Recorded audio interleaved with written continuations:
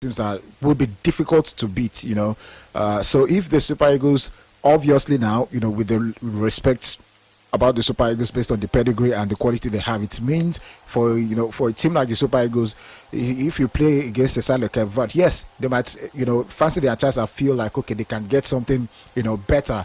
But the truth is, you are always going to have nations you are significantly better than quality wise, and we have to somehow look for ways to get the better of them. DR Congo would most probably maximize whatever they have, in attack or in defense, in midfield, whatever they have to do. And I think we'll have, when I say shocks from the maybe not performance point of view now, but from result point of view, because many of the teams, that we believe should be probably steamrolling others, or let me just say, they might not be able to do so, since we're talking hypothetically. And I think the thinner or the closer the gap gets, between the big stars, the countries like Morocco, Nigeria, Cote d'Ivoire, the closer it gets, I think the better for everybody. And I think for me, it is healthy, to have this sort of competitions. And, I think it also gives, forces managers and coaches to, think of progressing their teams. And of course, it means on the general quality of play, we should be expecting something different in the next AFCON. And to be honest, I think the last AFCON we had a lot of that. Teams were more positive, and I thought we enjoyed more quality football than before. We had that also in Cote d'Ivoire, but you could still tell, okay, this is how the results will pan out. But to me, I think with what we've seen in this World Cup so far, South Africa, yes, the results did not particularly go as you probably would expect. More from my point of view, by standard, I thought they had better in their arsenal to probably create more, but they were not able to. They got to red cards in the first game. Second game was a tad better. The last game, obviously, they got the win and created better chances. And I think teams like South Africa, teams like Morocco would always be that, and a few more like that. Tunisia, yes, it did not happen. I think there was a bigger problem in that Tunisian team than what you saw on the pitch of play. So I think all of these teams coming together would obviously improve, by good stretch, the quality of play we are to expect in the next AFCON. And to be honest, I think if you're watching from a neutral perspective, probably you don't have any stake. You probably don't even support the Super Eagles. You just want to watch football. I think, there's light at the end of the tunnel, and I think we would be having real good matches to look forward to in the next AFCON. Okay, all right. Let's see how that goes and what could happen as we look forward to that one. I mean, it's still we've not even played the qualifiers for it yet, but of course we're just talking about it and looking at the quality of what has been on display by African teams in this FIFA World Cup. Now let's get straight to the talking points on Football Live today, where former Super Eagles defender Mobi Okwaku has hailed Eric Shell after the news that the Franco-Malian has accepted a new contract to continue as the coach of the Super Eagles, stating that it is an opportunity for the coach to build stability in the team and put together a squad that can compete for trophies. Speaking in a chat with Brilla.net, Okwaku explained that this will enable him, enable the coach to fine-tune his ideas and find solutions as he builds a new squad for Nigeria, adding that continuity is needed for a brighter future for this team. Yes, Mobi Okwaku talking about what he thinks about the idea to give Eric Shell a new contract and all the conversation that has followed, what people have said in different areas, and just generally speaking about Nigeria, and looking at all the things that especially as it concerns last week, because again it was this week, I beg your pardon, it's been an eventful week in terms of what we have seen, coach getting a contract extension and every other conversation that have followed as far as this one is concerned. But yes, Mobi Okwaku there talking about the whole thing, and he says, well, welcome development as far as he's concerned, and he thinks that they should have been way before now, but better late than never. And he believes that the coach is going to build some stability in this team. Joseph, your thoughts? I think so. I think better than never. And to be fair, I started to get worried that we might at the end of the day lose out on Eric Sekou Shell. First of all, It is not to say maybe I'm a fanboy, or maybe I've always campaigned that he should be, given the contract. I thought, there was a little bit of noise after we were not able to qualify for the World Cup, and people started to pile on and say, okay, this team is not particularly showing well. And I think with the fact that we went to the AFCON, and the result, again, performance first. Performance, from the point of performance, we did a really good, AFCON.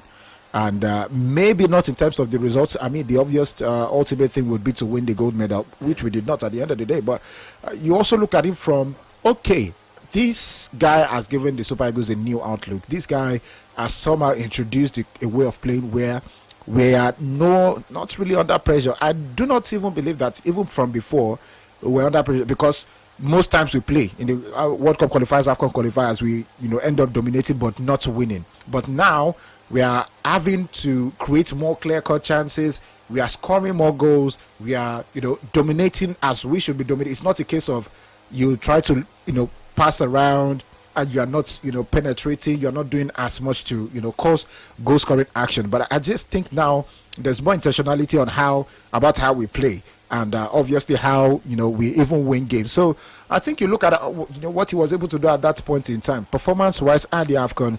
It looked like, okay, it made every sense for at least for us to give him a bit more time.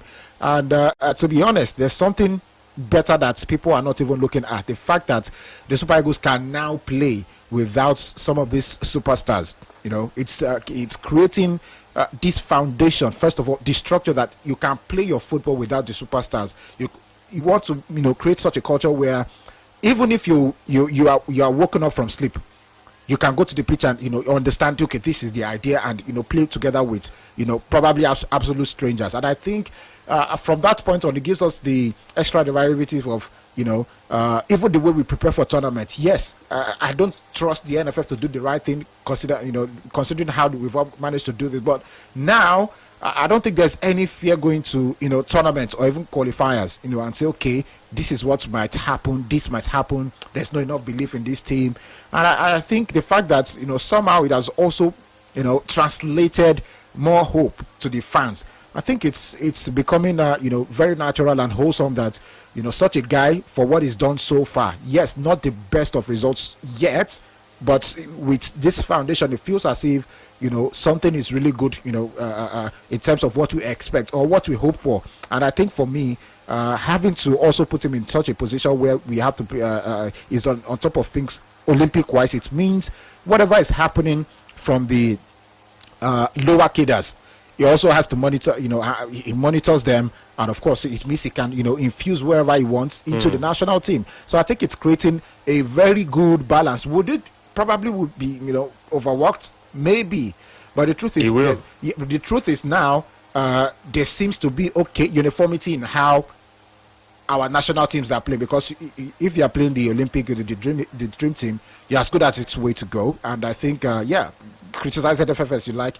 they are probably the biggest reason why we are not at the World Cup. But I think when you make good decisions, you have to also applaud. And maybe it's the barest minimum you can have, but the truth is it is actually a good thing they've done for the first time in a long time. Maybe. I think it sort of looks like, sorry to cut in at this point, so it sort of looks like this is the first time we've had some level of stability that if it wasn't for the coach, we probably wouldn't have had the right ideas 100%. To get to this level. 100%. So yes, having stumbled on what he's done, it's only normal, or it's only commonsensical to say the man should continue. Yes. And let's not have to alter some of these things. But again, the right resources for him to work with. Especially, there was a time when we lost to Guinea-Bissau at home and then we went away to beat them. Pesero was the guy in charge then, pre the AFCON in Cote d'Ivoire. And at about that time, Salisu Yusuf was leading the Olympic team, and we played a game while Nigeria was playing the away leg. We were playing a game in Abuja. Was it Abuja? It was Oyo State. It was Oyo? Yes. Okay, and then we played a game, and then we went away. We played 1-1 in Abuja, and then we lost away in Oyo. Away in Omojesu. I think it's that was I think that was the first round. Then the second round against Equatorial Guinea. Yeah. Which of the Guineas did we play? Guinea. It was Guinea. Guinea Conakry, I think. And then we got knocked out of the competition. We didn't qualify for the Olympics, which was the one for Paris. And you look at all of these things. I'm looking at it now because at that time, Peseiro was also in camp with his team. If this is going to be the arrangement, would it be good enough? Or are we going to give him a worthy deputy that would stay in the team and, do the job and just get things going? Again, in the coming days, I expect that to be part of the conversation because it will divide a lot of opinions of people saying, oh, we need to have somebody be in this place, we need to have somebody be in this place, and we cannot just leave it to the same man. That this one is hard already. In all honesty, one job is hard already. Especially given that we've not qualified for back-to-back World Cups. I'm not saying this guy should not be given the opportunity to do that, but to say that he should keep hold of both and be running it simultaneously, I think it's going to be very, very demanding. But again, hopefully, of course, the transition we're trying to achieve with that will work out at the end of the day. But how important is it for Shell to remain in the role as the coach? And have we learned our lessons? Learned our lessons in the sense that for the last qualifiers to the World Cup, we executed it with 3 coaches. And in between that time, there was also a coach who handled the AFCON. So in that calendar frame, or in that time frame, we had like 4 coaches in the national team. Peseiro, Finidi George, and then there was a Guavon who prosecuted the entire AFCON qualifiers before Shell was finally appointed as the coach of the side. And then, of course, we had already qualified for the AFCON, so it was just for him to try to salvage the World Cup run for us, and that eventually didn't work out. So in that space, we had like 4 coaches prosecuting the same thing. How important is it for Shell to remain in the role as the coach? And have we learnt our lessons? Yes. 09044,089, 09041,089. Yes, the numbers to go on the show this afternoon. Football Live as the action gets started right here. Good afternoon. Yeah, good afternoon, Vicky. Welcome. Joseph. Yeah, good afternoon, welcome. My name is Anita Patrick. Okay. For me, it's absolutely the right decision to keep Shell. But for me, it's not about keeping Shell. It's about sustaining Shell. Because them giving him the job on the long run, are they still going to keep him there? Because now they have taken the right decision, actually. But can they still continue paying him his dues? Because at the long run, we will still hear all these stories again. He has not been paid. This one, that one. Which was what kept us out of this World Cup? Them not paying the guys, which was in turn one of those things that cost us this World Cup. It's not about them giving this man this job. It's for them to sustain this man, supplying all what he needs. Yes, they have given him the job. That's the right step. But they should just sustain him, because Eric Shell is ready to work. I like his spirit. In all his conversations, in all his interactions, I am so pleased with him. But will the NFF not think this is his desire to work for this nation? NFF is actually the problem we are facing in this country. In fact, they are the ones killing us. For me, the man is ready to work. I think they should try and sustain him in any way they can sustain him. Because I know in the long run, we'll still hear one or two things again. Hopefully we don't. I pray so. So he is the right man. We can see his effects on the team, direct effect on the team. The Nations Cup, they tried. The qualifiers or all these friendlies, we can see his good work. Please, NFF to try and take the measures to keep this football running for us. We have lost the World Cup twice for no reasons. For no reason. Cape Verde and some other countries qualify for this World Cup. Nigeria, we say we are giants. We don't see us anywhere. Please, NFF, you try. Thank you. Okay, thank you so much. Okay, thank you. I hate to say there's still time because the amount of time you have on your hands does not guarantee anything. Yes, you can say I have time. Oh, there's enough time. Now lie. Oh, I don't have time enough. That's why I can't do it. Now still lie. You don't know. Now lie. If you want it enough, you will do it. I'm saying this because COVID came and we all had time. That's the way you want to do. That's the way the plan say you go learn if you get time. You do them. Okay, say time. The truth is, we have to do what we have to do. We have to do what we have to do and make sure we get it right. Let's take more calls on the show this afternoon. Hello, good afternoon. Hello, good afternoon, Peter. Good afternoon. Joseph, I greet you. I greet you. Good afternoon. Yeah, my name is Tony Ebusa, also known as Gazuna First of Kobioko. You can call me Mayu Destroyer, Mayu Bomo. You are welcome. Now we are on Messiah.com. We have to welcome her very well. Yes. If we want to avoid all those errors of calculator, all those errors that we struggle to qualify, we have to retain this man. Then we give her another contract. So this man, this is the person that he can lead us to the promised life. No go feel like you because this man happy job well. Because it is Bositini, only Ofuma, we are going to Ofuma Kojishike. Yeah. Our people say, I got 10 knocker, no bullet work out. Yeah. So when we give her another more contract so that we can be able to take us to that promised land we never yet to be. You know, this is a World Cup where we don't go now. I'm telling you, the Greek Nigeria play this World Cup, we can play final or semi-final. Because this was very cheap. Nigeria should get very easy. Look at the other African countries, they're not supposed to be here now. See here they say, topless of Nigeria, the giants of Africa, topless of football. So for me, let's not retain this manager. So we will do so well. So if we want to qualify for 2030, let's not retain this very particular manager. If we don't want to qualify again, we have to still do Atapagona, Nola, Bamare, Gonaro, Gwere, 12. Then we let that go. We retain that, give our contract. My brother, to qualify no be our problem. We have to just qualify really well. That's my thing. Thank you very much, my brother. All right, thank you so much. Thank you. This is incantation, eh? I will have to come for classes because, man, it is a lot. It is a lot. And let's take some more calls on the show this afternoon. And yes, remember, the talking point is how important is it to have the man extend his stay with the national team.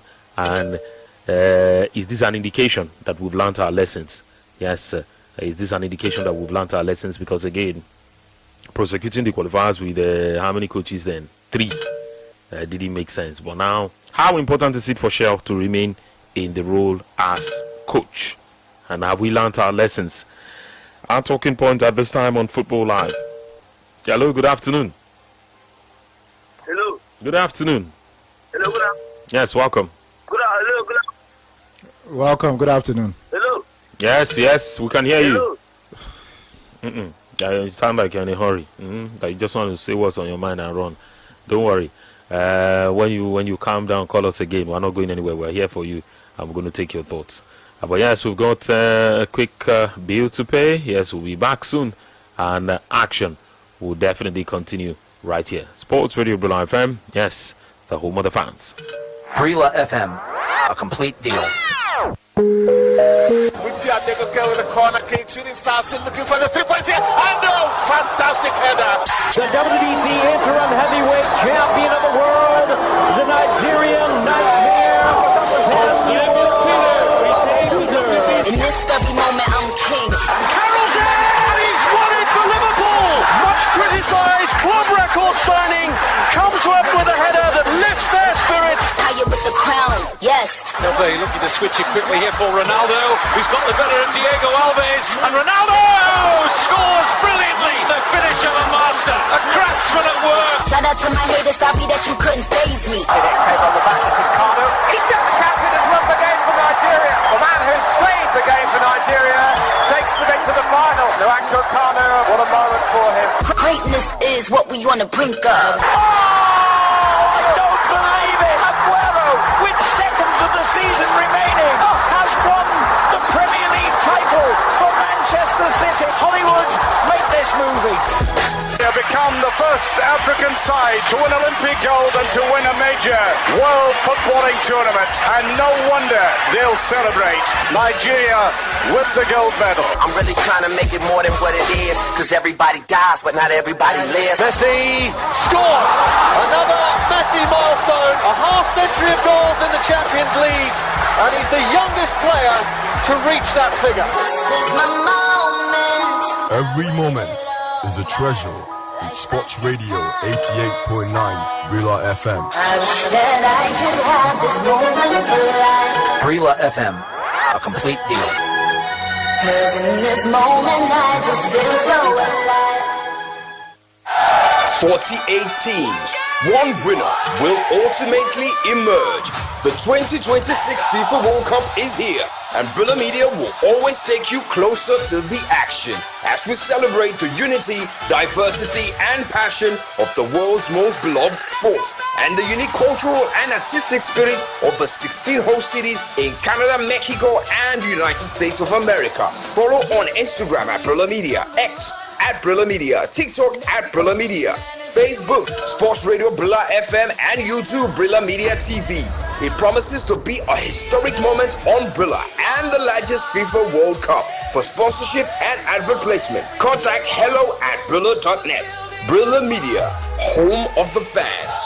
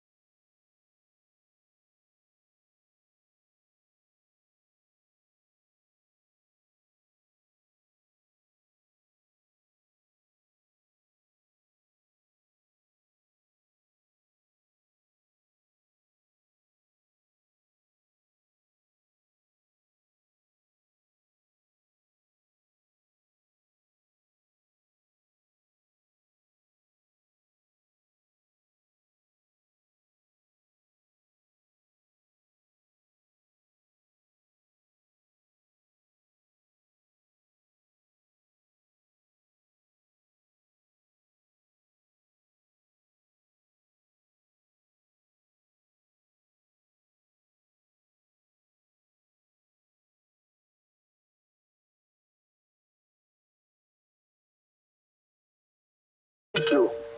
Right now, we don't know the terms of the contract or what is inside. The only one we had the privilege to get from you people is some of them that I don't know whether it was leaked. The one that he shared, the condition that he shared gave before he would sign a contract. Now, those conditions that Erisha gave, he should not reduce himself or bow to most of those conditions. I know that he has agreed with the terms of the price, which we have said before now, that one is subject to negotiation. For those having a free hand to select players, staying in Nigeria, having a car to move around, having a place in Nigeria, setting up an office where some equipment will be there for him to do analysis and all that, he should never bow down to those conditions, because those conditions is what is going to help him build a formidable team for us, get some players into that team, and be able to monitor some home-based players that can be drafted into the national team. Because if you look at this World Cup now, Ghana is parading a home base as a goalkeeper, and the guy is making mark for himself.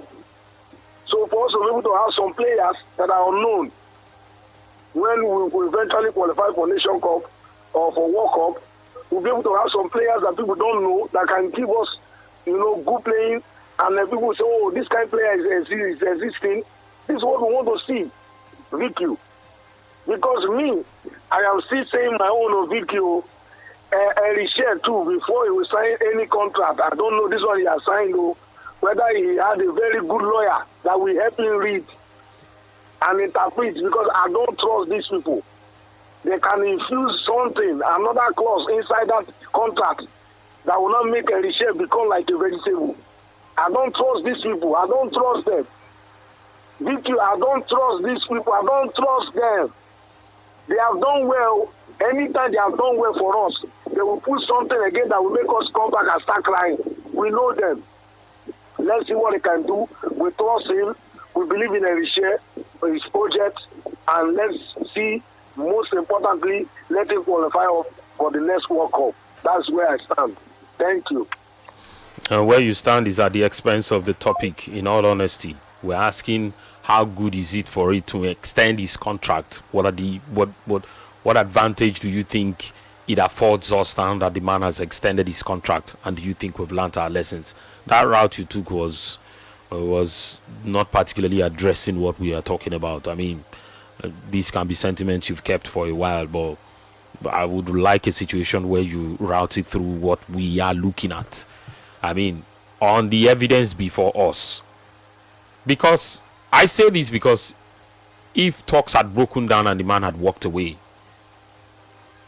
we would reference this thing in the future when things don't work out to say, oh, because we didn't let him stay.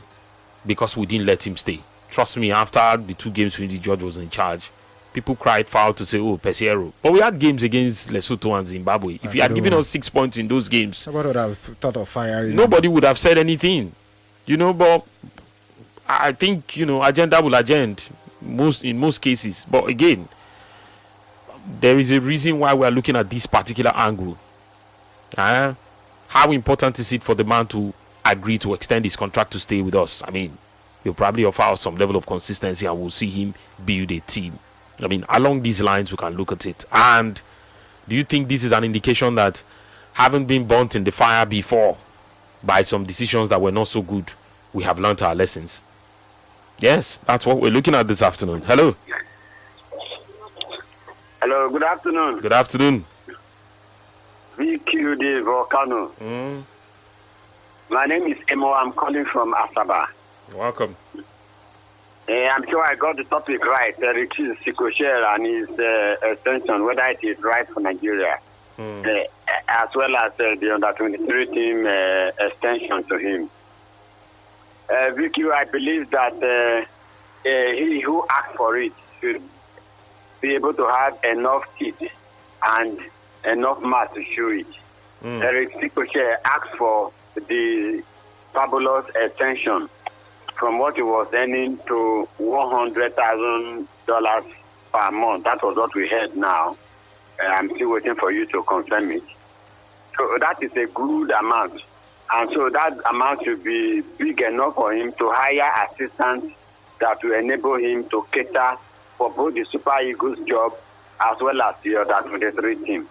And I think even handling the Under 23 team should be a bonus to him because it will enable him to be able to see the local players, arrange a team out of them during the qualifiers, and also utilize some of them during the major World Cup qualifiers or AFCON qualifiers, because we know that some of these our so-called international stars will definitely fail us when the time comes. So he can easily fill up the gaps with those players that he had been working with from the Under 23 team, from the local team. Somebody just pointed out that an African-based goalkeeper, a Ghana-based goalkeeper, is manning the post for the Ghana Black Stars. And they are almost through to the knockout stage of the World Cup. But what do we say about our home-based goalkeepers? We always say they are not good enough. They are not exposed. They are not this, they are not that. But would you say the Ghana League is much more advanced and better than the Nigerian League? I think my candid answer is no. So Eric Chikoshe is good for him to be advanced because for once I believe that the NFF has started thinking right. They failed to do it with us in Ecuador when they had the opportunity of encouraging him to go on. They failed to do it with Finidi. They castigated him even before he took off. And now they have learned their lessons the hard way. They have started to do it with Ricochet. So good for them. Let us see how it will eventually pan out. But I wish him all the best. Mm-hmm. Thank you. All right. Thank you so much for that one on the show this afternoon. But one thing I'll never get, Joseph, I think we've had this conversation backstage before. Is it that we are happy? Is it that we are not happy when the person is Nigerian, but because he plays abroad, he's not Nigerian enough? He has to come from the league before all of us will be happy. I don't know. There seems to be. It's like the US saying that the 17 professionals they have who are playing in Europe do not matter to them. If you don't play in the MLS, you are not important to the cause. I mean, why don't we have this mindset of you have to be good enough to represent Nigeria first before we talk about whether you're home based or not? I really don't know. I think what I've known is we don't hold one opinion for long, especially Nigerians. The moment one thing seems to be like, okay, it seems fancy for a moment.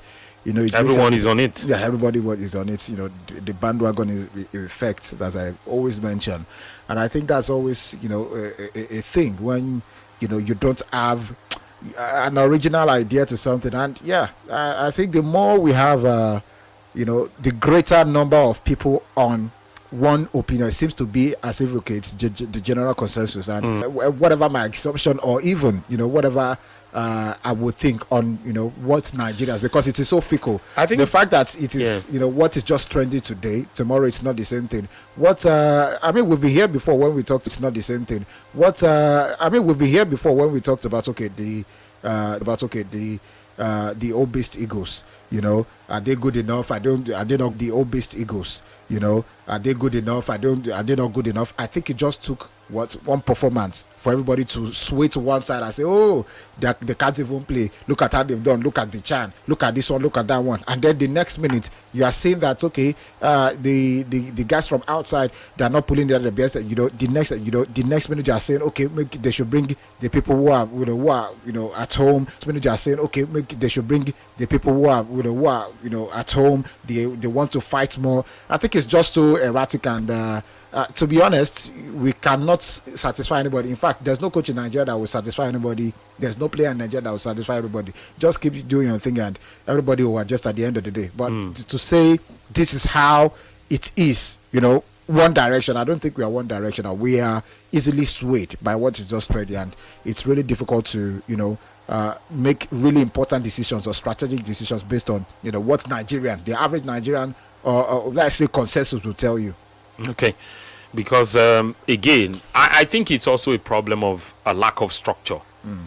You don't find people delving into some certain conversations when they know that this is how the system has been set up to work. So if you're entrusting somebody with a job and the person already has areas he should focus on, or KPIs like the case may be, then it is expected that first things first, that will be your primary area of operation. And so if we have a case where that has been the standard over the years, I honestly think that as far as this conversation goes, let's raise what is good enough for the national team. It is not a trial ground, neither should it serve as a ground to reward people for what they have done. If you are at home and you're playing and you're doing very well, again, some of these conversations are pretty blurry because it is what they tell you you hear. I'll take the Premier League, for instance. When they tell you that Luke Shaw, on the strength of his performance last season, was, or say, when they say Luke Shaw should not make the list to the World Cup and Nico O'Reilly should, because you saw these guys and you watched them, you'll be able to tell to say, Luke Shaw is more experienced, but Nico O'Reilly, on the strength of the performance of last season, yes, he's getting on the plane first. I mean, people might argue that, oh, this one is like this one is like that, oh, this should change, that should change. But when it comes to conversations around performance and merit, I don't think anybody would want to say, oh, this person should not get on the plane, this person should.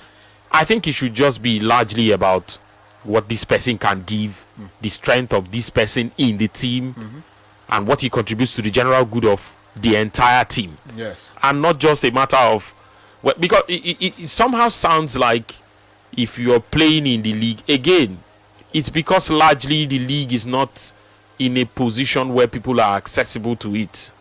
Those who go to stadiums in the UK, if they say a stadium is 40,000 capacity, trust me, there are over 1 million Chelsea fans in the UK, for instance. So all of them cannot go to the stadium at the same time, right? Some don't even go. Some have never been there before. But they know what the players are doing. They watch these players week in, week out. And so if the coach is picking a match for the week and there's no announcement that somebody is injured but the person is not starting, fans are worried because they see the performance and they know what is expected. So when it gets to a point where this story now, then tell us now, so we they imagine them, because in most cases only those who have been to these places and who are in close proximity with these players or who watch these matches home and away can tell you that, oh, this player is like this and this player is like this. And we're not going to run away with the judgment of everybody, because as our faces are different, so our assessment of players. I think, again, largely because we've not been able to set up structures, let me say, add the S to it, plural in this case, it's so everywhere for just anybody to want to talk about something and say, this is how it should be, this is how it should. For the amount of work people do, which is, credit to them, and how many hours they put into their work and how hard they work to make these things happen. I think there are some people whom over the years, you just know that do this thing and report the story. Talent identification is not your forte. Leave this thing, because sometimes it is either the person appeals to you in a certain way or he plays for the club you support and you think he's therefore better than everybody. Sometimes the conversation is blurry along those lines. And that's why I like to leave it for the professionals to handle. Because again, a guy like Shell, for instance, except you prevail upon him, he's a foreigner. What will he gain if he tries to favor anybody? You will not tell him, this person plays better than this person, and he has his own eyes. He would make his assessment himself and then decide, oh, this is the guy I want in my team. And I don't think it's a comfortable conversation when people say, oh, that's Ghana. If he works, he works. South Africa has been doing it for years now. Ronwen Williams is their goalkeeper. But again, sometimes you must understand that the resources can affect the decisions you make. If South Africa had a goalkeeper whose first choice at AC Milan, Ronwen Williams would probably not be the first choice. So I think it's not a matter of whether you play at home. It is a matter of giving them a fair chance and hoping that they are good enough to impress when the opportunity arises. And if they take the chance, fantastic. Well, yes, let's. We have some comments already waiting for us right now. Let's go take them. And okay, just one here now. This one says, "Good afternoon, Vicky and Joseph. My name is Francis De Macheda. Eric Chelsea contract extension is critically important for the Super Eagles as it provides the tactical stability, continuity, and long-term youth integration necessary to build a dominant, unified football philosophy ahead of the 2030 FIFA World Cup. Following his impressive bronze medal finish at the 2025 African Cup of Nations, Shell has successfully transformed the team's style of play, retaining him prevents the disruption of starting all over again with a new managerial philosophy." Fantastic. Yes, I agree because again, I think this conversation is older than 20 years now, where as a country we do not even have a way we want to play. And if Shell leaves tomorrow, the new guy comes in, he comes with something entirely different.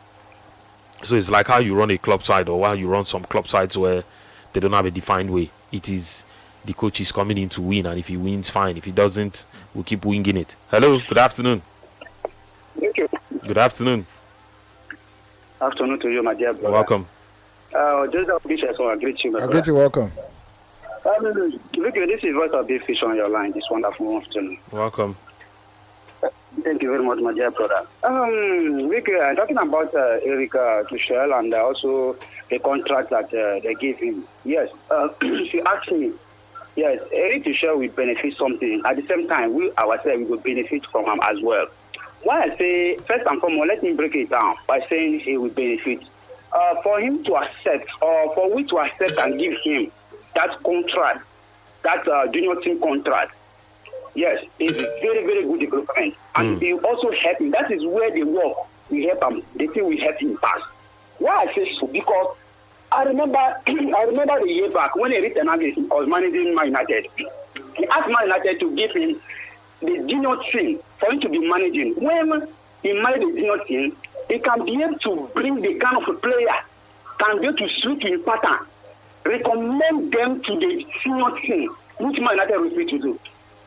As long as we agree now, give him a junior team contract at this point in time. The small one will then give him to do for first team, do him in the fine junior team will go out on top. Not too much work with that now. No, see, we are talking Ten Hag now, if you are making reference to Ten Hag. You see, we said that it's too much work, but if you look at it, someone that is very hungry, someone that wants to be a successful person, you must start from where you know that, you want to start farming. You never clear the grasses. You say you want farm. How are you going to farm? How? You want to start to clear the grasses first. Before you start, even if you want to build, you have to start the foundation.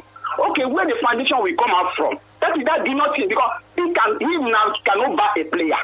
If this is a country football, you cannot buy a player. He's not managing a football club. This one a country football. You cannot buy a player. So therefore, you have to bring the player for the same country. Where are you going to bring the country? The talent is there for you. Okay. A year far back, this our brother, which is a corner, Amurike, when a coach under 17, is not the one that recommend Victor Osimhen and this Asia State boy, Chukwueze, and Wakali, them to a national team. Since all these boys recommend to national team, I don't know if they are best. Okay, these are the two ways we need to do this point in time. Go to the junior team, go look for the talent, and bring the talent, recommend them to the senior team. I believe this contract that we give the young man is used for him to bring the talent from the underground, then I'll bring that to the top, then I'll recommend them directly. From there, if the team will switch into the whole pattern that they had to play this point in time, rather going to be dependent on somebody or going out and begin to invite a player that is never sure whether he will and perform well or not. So at this point in time, that's a good development. To me, I support her. I support her 100%. But I don't see any big job really there, because the key way they go do for them is not the only way go do the job. I think sounds gay. As long as they do the job, I think I'm good assist them as well. Both of them will be working together. I believe this one will help them. If you say they work small, who work hard, now they get results. If you don't work hard, they cannot get results. That's the way I see the thing. The thing is very, very good. Not too much work there. Who they work, now they collect salary. As long as you don't give a salary, make him work and show the talent. And they also help him by introducing a player that switch into the system, so that he won't be showing outside. If tomorrow now, in England, the consigner, play the consigner, then they come for her. Now he switch work, now he bring their So go and fight for the glory and bring by yourself. This point is that the ball is now in different course, making play the ball. Let us see. Vicky, I need to go after to you once again. Okay, thank you. But at some point you lost me, Sha. At some point you lost me, but I think I followed the line of thought, especially when you were talking about the man continuing and all of that stuff. Okay, yes, let's see how that goes. Yes, we're still talking about the coach and how important is it for him to continue in his position. Hello. Hello, good afternoon. Good afternoon. Yeah, my name is Babajide. Welcome. Yeah, so concerning the home-based player, I've always wondered where we ever got to the discussion of there must no be players in a team. But I don't want that. I agree, but I don't want us to sway away from the topic. There's a topic. Somebody just brought that in, and I had to just address it. There's a topic we're looking at. Okay, the topic, Shell and the yes. How important is it for him to maintain the position as the coach of the national team? And if you think we have learned our lessons, to still stick with him. I think that's the only right decision this federation has made, making the Super Eagles coach the under-23 coach, because that is the only way.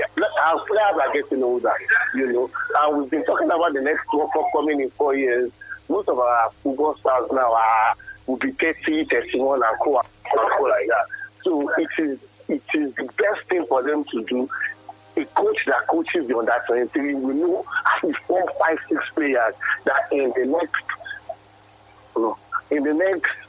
4 years they will have been matured enough to be in the next Super Eagles. Most of the Super Eagles we have now, we only have maybe 2 or 3 of them shining in the next 4 years. But the best job is to give the coach the opportunity to groom his own players, for the very job. Okay. All right. Thank you so much for that one. Yes, we've been looking at keeping the coach and how important that is to the project. Yes, we talk about keeping him on the job, making sure he continues. The target must be to by all means qualify for the 2030 World Cup. But before then, yes, there's the AFCON. Let's see how far we go with that. I mean, I think while we're talking about a 4-year cycle of how difficult it will be for us to still have this crop of players together and go on to win something with them, it is vital to look at the fact that there is an AFCON that we can possibly win if we give it our best and do all the things we have to do as far as this one is concerned. So yes, if that works also, I mean, we'll be in a very strong position to even be going to the AFCON as defending champions. Going to the World Cup as defending champions in Africa, rather than just going there to make up the numbers. But yeah, I pretty much also agree with the fact that a lot of work has to be done, and we are on the path to making sure that we get things right. 090-41,089, 090-44,089. Yes, the numbers to call to be on the show this afternoon. And yes, pretty soon, of course, we'll switch gears and switch topics because we have more burning topics coming up. Hello. Hello, Victor. Good afternoon. Good afternoon. I greet your colleagues here. Welcome. That last caller, I concur with him. You understand me? I mean, I don't think the work is too much for this our coach. Because if you look, most of all these are the next 4 years again, most of all these are players. Although there will be 18, but most of them, you can't form where most of them showing now. The next 4 years that it can't be ahead. You can't that one can be like that. You understand me? And from that under 23 for national team, there's so much gap because under 23 can still play national team. If you have under 23 now, if I see you see it's very easy to play under national team. You understand me? The gap is so much. You understand me? From there now to handle under 23 and handle national team, the work is so much. And most of all this, it's not all the time our national team be playing match now. And in this under 23, we still have an assistant. You understand me? But from there now, he starts selecting some loans, some Nigerian player in Nigerian league here, some foreign players, foreign home-based professional. You understand? Below under 20, under 23. You understand me? From there, look at this guy playing in Marseille. In Marseille now, this Amadi playing in Marseille now. He can still play under 23. You understand me? That's the. I mean, I like it too because most of our players now they have been using this our coach. You understand me? And I will notice one thing now: the way our players are approaching a game now is different from all this our Nigerian coach. All this, you understand me? It's not before the way they approach the game. There's 70 minutes. After 2 goals, 70, they will not give their best again. They will tell why they start you understand me? But now 90 minutes, all these our friendly matches will play. I notice it. They are giving their best now.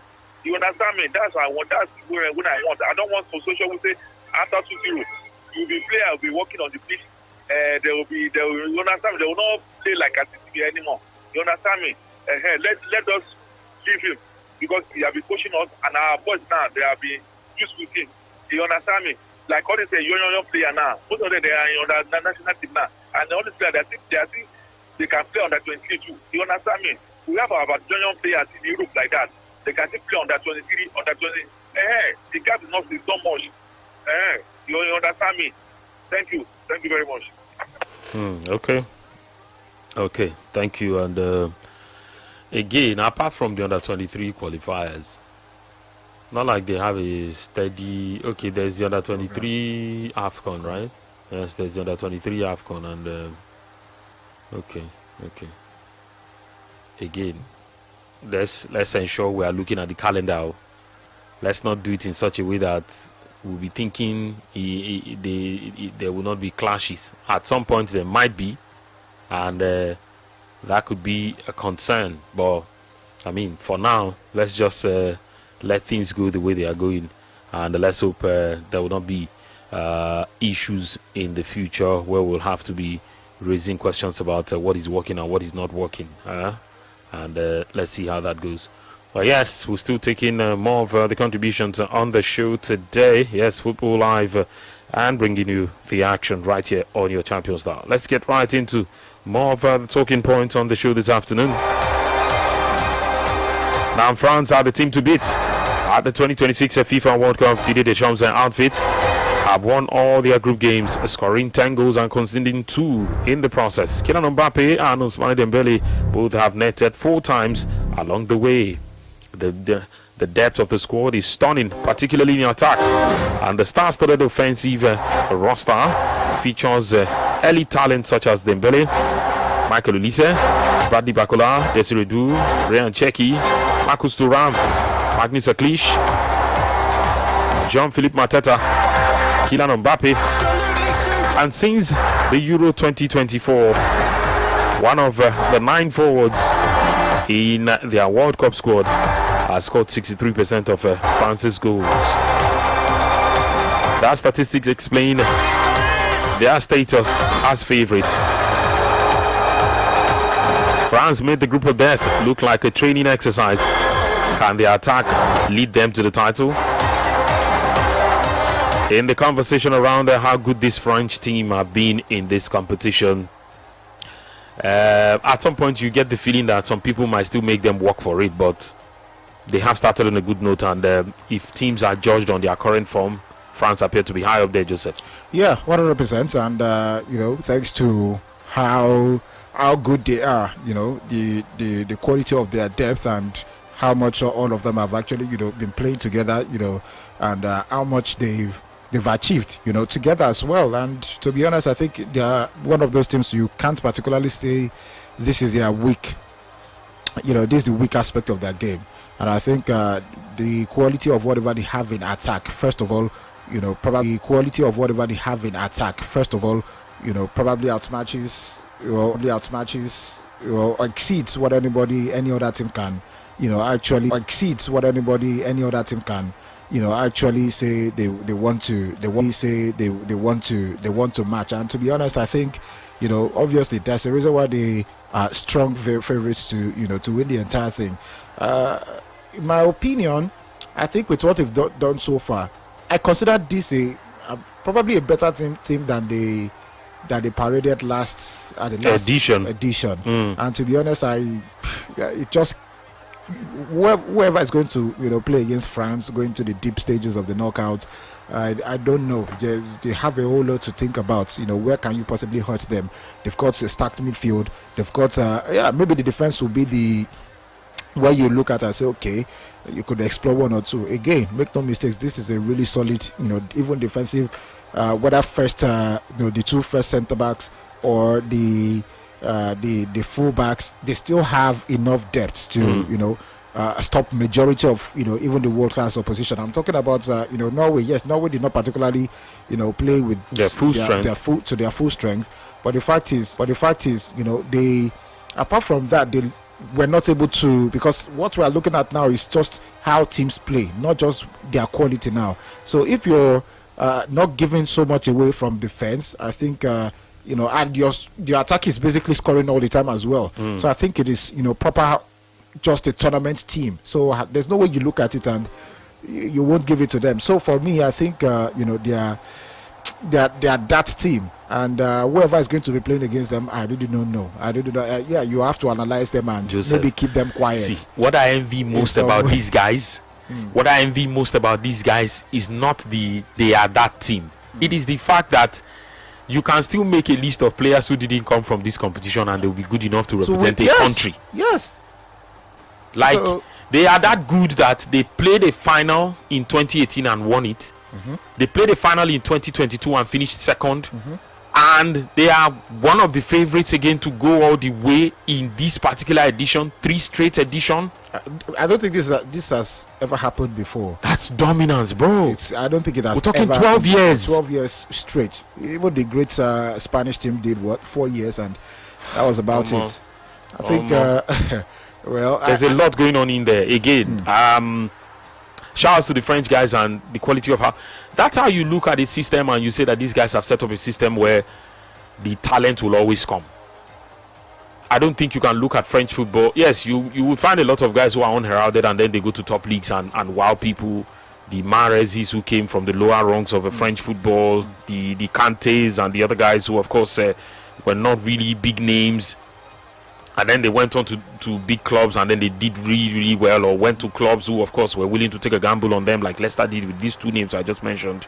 And you're just looking at them, and even if you take your eyes off the current crop of guys who are doing the job and look through to the youth system, you will still find names that would make you realize that they still have guys that are coming up, just in case you think these are the only names they have. Yeah.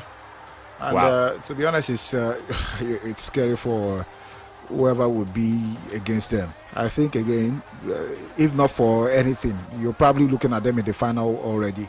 What happened at the last World Cup? Yeah, so many debates about it, how the final turned out, referees, but the truth is, for 12 years now, maintaining that same top, and then even getting better, because you look at the quality of what they have now against what they paraded the last time out, it's just better. And whether you're starting out, you are playing from the bench, there's absolute quality everywhere. Turkey has yet to. We've not seen anything from Turkey so far this World Cup, not because of lack of talent, but because it's not being played. What happens when he now starts? He gets to play? A chance. So I think. There's a reason why they are top favorite, and I don't think this is going to stop anytime now. That quality of midfield to attack would always get them over the line. I don't know what team has that power enough to stop this French team. Okay, 090-44,889, 090-41,889. At this point in time, we're switching gears to the international scene, and we talk in France, the national team of France. As far as this World Cup is concerned, yes, they have done really well. Fantastic display by Kylian Mbappe and co. But yes, Didier Deschamps, for a guy who also will be walking away from the French national team after this World Cup, if he says he wants to stay on as a coach, I think it will be the toast of a lot of countries, especially those who can afford him. Yeah. Yes, it will be. But France have made their group of death look like a training exercise. Can their attack lead them to the title? This afternoon on Football Live, let's take your thoughts. Hello, good afternoon. Hello, Vicky. Good afternoon. Good afternoon. Yes, welcome. Joseph Obishoton. Yeah. Good afternoon, Alvin. Good afternoon, welcome. Yeah. Casey Ronaldinho, original ticket calling all the way from the Vat. All right. You're talking about French national team, the Belarus. I think everything has been working for them a pretty well. To me, I rate them as number 4 team. The tennis, I think I'll call them number 4, behind Argentina number 1, England number 2, Spain number 3. So Spain and France is number 4 team. And as I said before, everything is going well for them because of everything, thanks to the whole Black Africans, diaspora, making it count for them. But if you tell me that no country is going to stop them, I don't think I'll believe it, Joseph. You understand? But I think Argentina play more combative football than tennis. They play more combative football. And if you look at what they are playing and taking their step one after another, you could find out that if France still be able to go against Argentina, what happened in the past may still happen again. As in for this season on better than 2022, I think I would say it's not 50-50. Just the inclusion of Michael Olise. That's what makes the difference. Dembele was there before, Mbappe was there. Almost everybody here was there. So it's only Olise inclusion makes the difference. Bradley Bakula, Desiree Doué. I disagree with Joseph that said that no country have got to 12 years in 3 finals. Remember the likes of Brazil did it in 1994, where Romario inspired Brazil, got to the final and won the World Cup against the Italians. And in 1998, Brazil also got to the final. They lost to France, inspired by Zinedine Zidane and Didier Deschamps. And in 2002, Brazil also returned. So it's a 3 straight final for Brazil, winning 2 out of the 3 because they are that final. They were able to be winners again in 2002. We all know what happened, how they won the World Cup. You understand? So, Hello? Hello? Yeah, you did now. Bros, you go try reach us again. Yeah, good recollection there. I mean, took us back to 1994, 98. Yeah, very true, very true. They had a good run then, and again, that's the Brazil a lot of people still think about when they talk about Brazil, because not now Brazil. It not be the same thing again, Jare. You could just look at these days, say, sure, say now still Brazil be this, Sabina. I cannot talk with you anything. 09041,089, Yes, the numbers to call as action continues right here on the show. Yes, it is Football Live, and yes, France can their attack fire them to the title. You think really these guys they can be there, they can still stretch it again and go all the way? Okay, yes. Now we're not exactly asking if you think they will win the World Cup, but yes, they have this sort of attack that, as far as this competition is concerned, I think themselves and Germany are the only guys who have done like 10 goals. Yeah, Germany have done 10 goals. Against Curaçao. 2 against the Ivory Coast, 1 against Ecuador, 10. Yes, 10. France have also done 10, 3-3-4 or 4-4-3. Yes, which is a good formation, by the way. But this French national team and how they operate, do you think they can go all the way and get the job done? Yes, are they still the team to beat again? Because before this particular World Cup, Theo Hernandez was talking about the fact that, look, the team we have, and Pogba recently concurred when he said, look, this team is way more talented than the set of guys who won it in 2018. Pogba said the guys who won it in 2018 were good, but at the talent level, in terms of the talent, this team is even better off than the bunch of guys who won it that year. And of course, that has sort of dominated the conversation or featured in the conversation one way or the other, looking at this team. Hello, good afternoon. Good afternoon, Vicky. Welcome. Now, Obi, they talk. Obi, welcome. I don't agree with you guys because people like Argentina, they do. Even this Norway, if you know, I know Norway. If you Norway play with their footprint, this France still win, but you not go reach that amount of goal. Nobody they talk about the amount of goal. If you knock them out by 1 goal, they go see the match, maybe they replay them. Because this is the same topic now. We don't talk the same thing against Germany before. When you do that, say Germany go rule the world for a very long time. where they win Confederation Cup, where they have second team, have third team, have this, and at the end of the day, Germany they struggle up to today. After they won the World Cup, how many people go if you do that thing with them do? You win Confederations Cup, you come back, you win World Cup. They didn't. No, I'm talking about when they want to go the Confederation Cup, where they carry most of the second team. Maybe they analyze and here say, this Germany, they have this and that. They will rule the world for a very long time. At the end of the day, most of those players flop. Up to today, they see their struggle. They go World Cup, come out for good stage. But you know me say this France, you know, go feel win the World Cup because they complete. But I still see some strong team around. They go feel off them or even carry them go to 120 minutes. Thank you. Okay, all right, thank you. I mean, 120 minutes is still within what the laws of the game says. So if you are going to go 120 minutes and then they end up winning the match, it's not how long you are able to keep them in the game and not lose to them for regulation time or time added on or extra time or penalty shootout. No, if that happens, I mean, nobody's going to take the trophy away from them. The last one they lost was 2022 when they lost it via penalties, and you will not say they don't deserve it. So yeah, I just think that they are right in it. They are there. Again, if you have a grand plan and it works, but sustaining it becomes a problem, I don't think it's because the plan did not. Probably because some people also. It could be a lot of factors. It could be a few factors, depending on how you're able to set things up.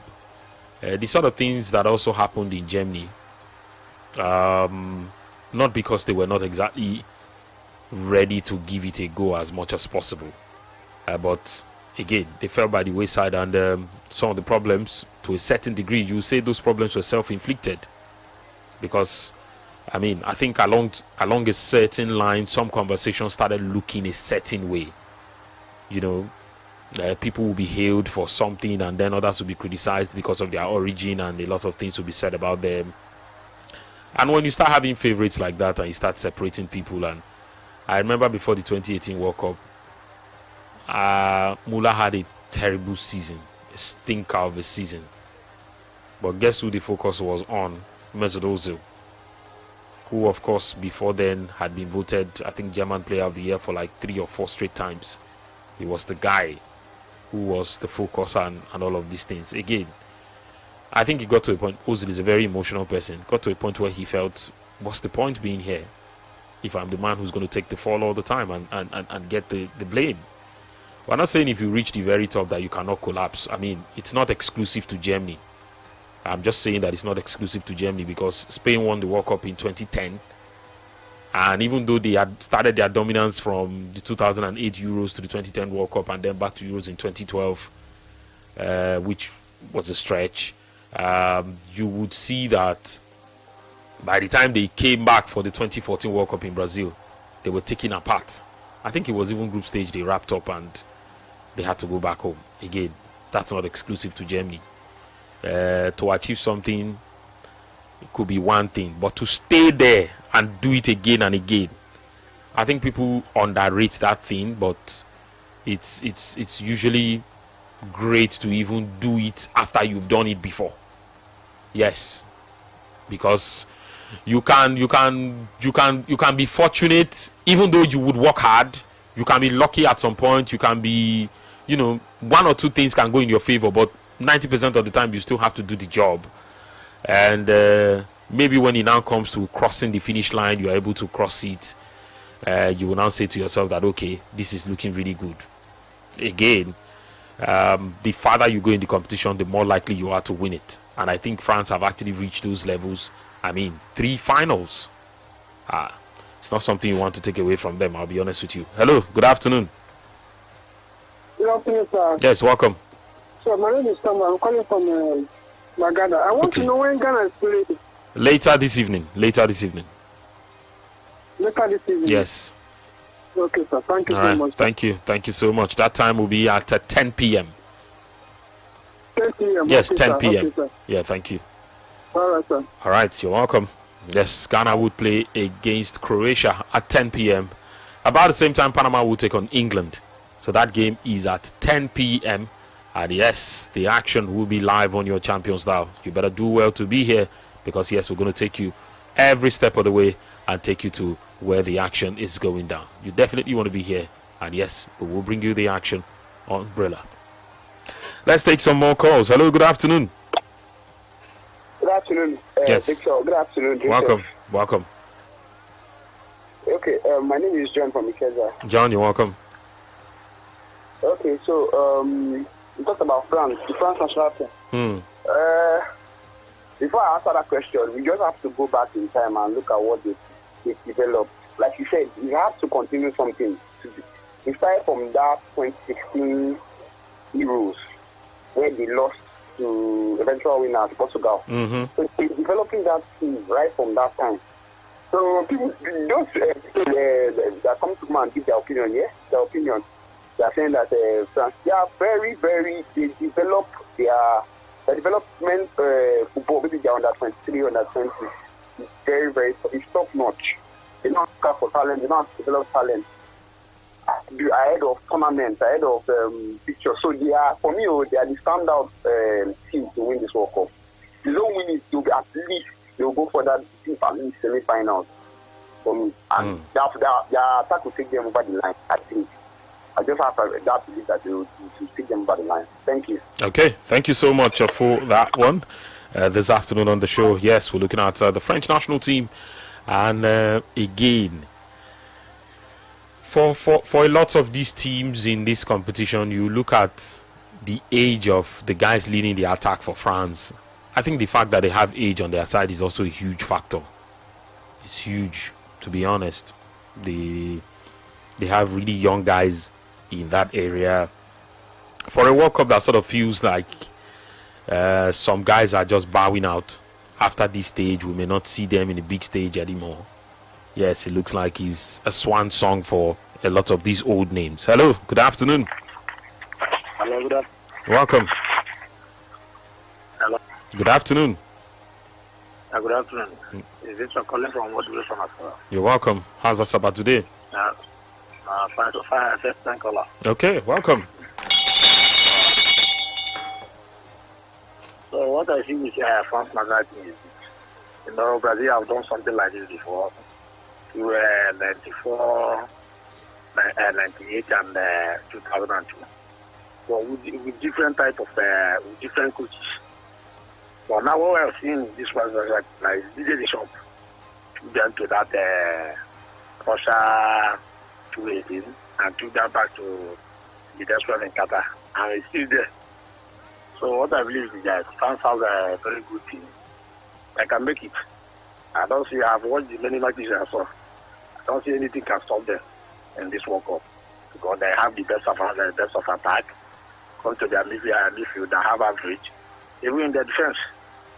So that is what I see from France national team.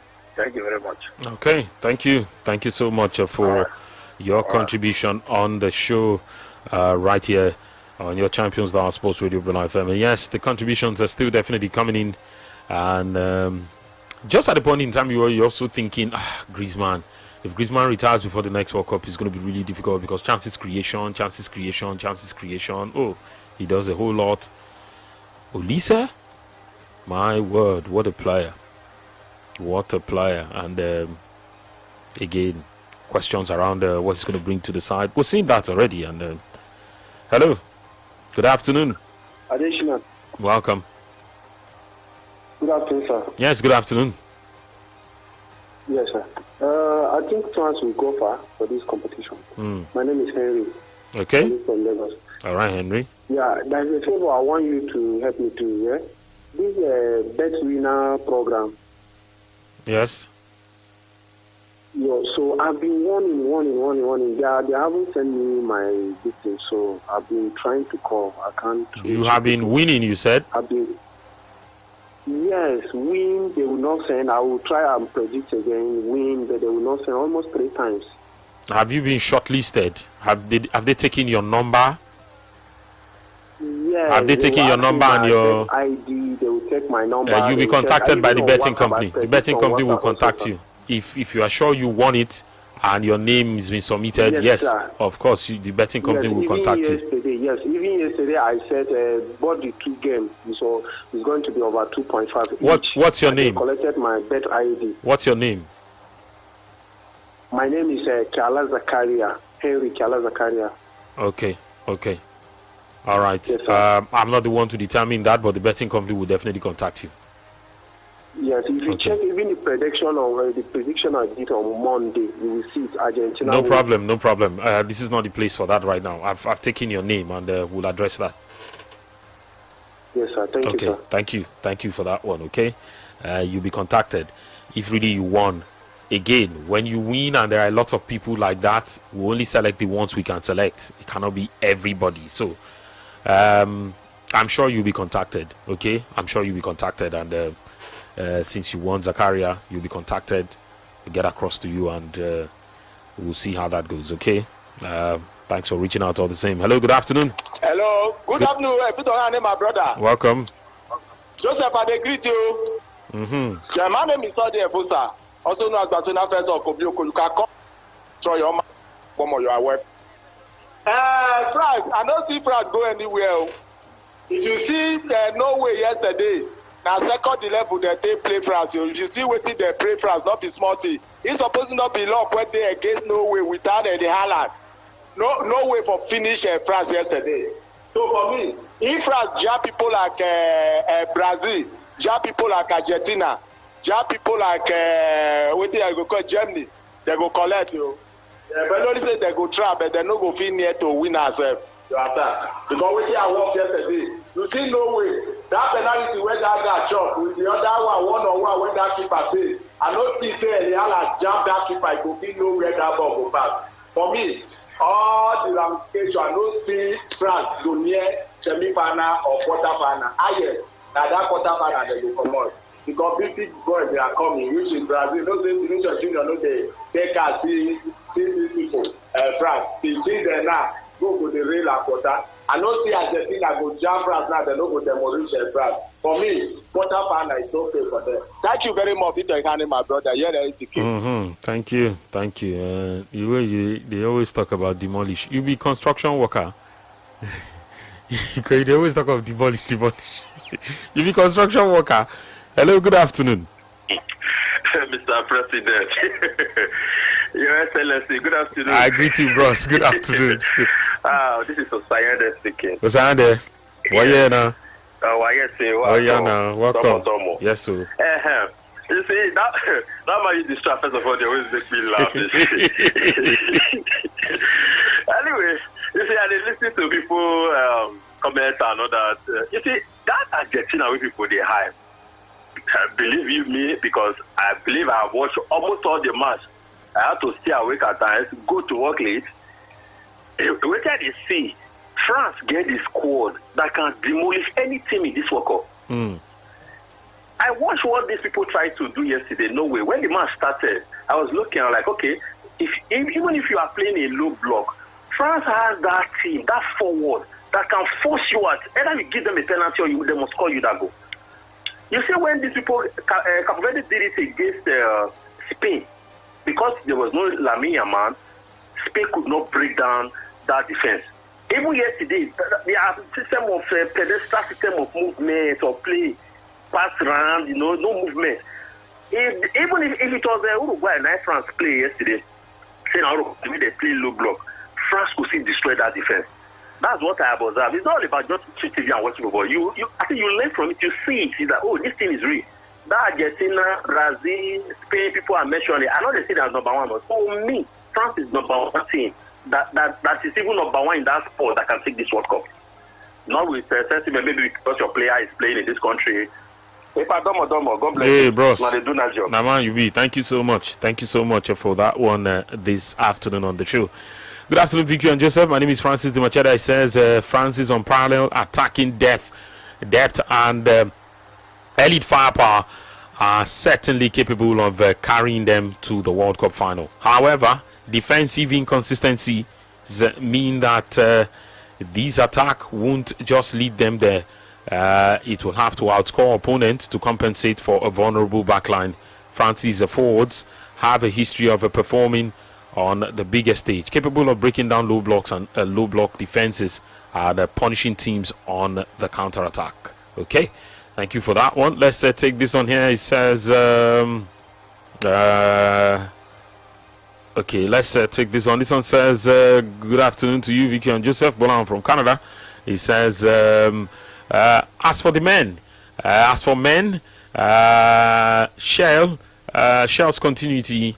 Okay, as for me, I beg your pardon. As for me, Shell's continuity is a good development. It means progress, trust, and a reward for a good work.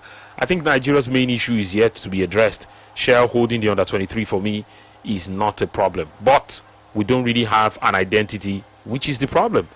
If would love for him to be supervising all the cadet teams, but have other people handling it so that when he leaves in the long run, we would have a pattern from the under-17 to the senior men's national team. That's my own view, though. But if he can handle both without conflict, then so be it. And as for the French national team, I think they have all it takes to go all the way to the final. Yes, the only team I think have the compactness to stop them is the Argentina team. But I still tip France over them because Messi is all in for them, and you can't say that for France. Okay, it says they have all it takes and they are not dependent on one player. Yes, we were talking about it yesterday backstage to say that do these French guys depend so much? I think it was on the Era Sunset Sport show. We're talking about who's more important to their country, Mbappe to France or Haaland to the Netherlands.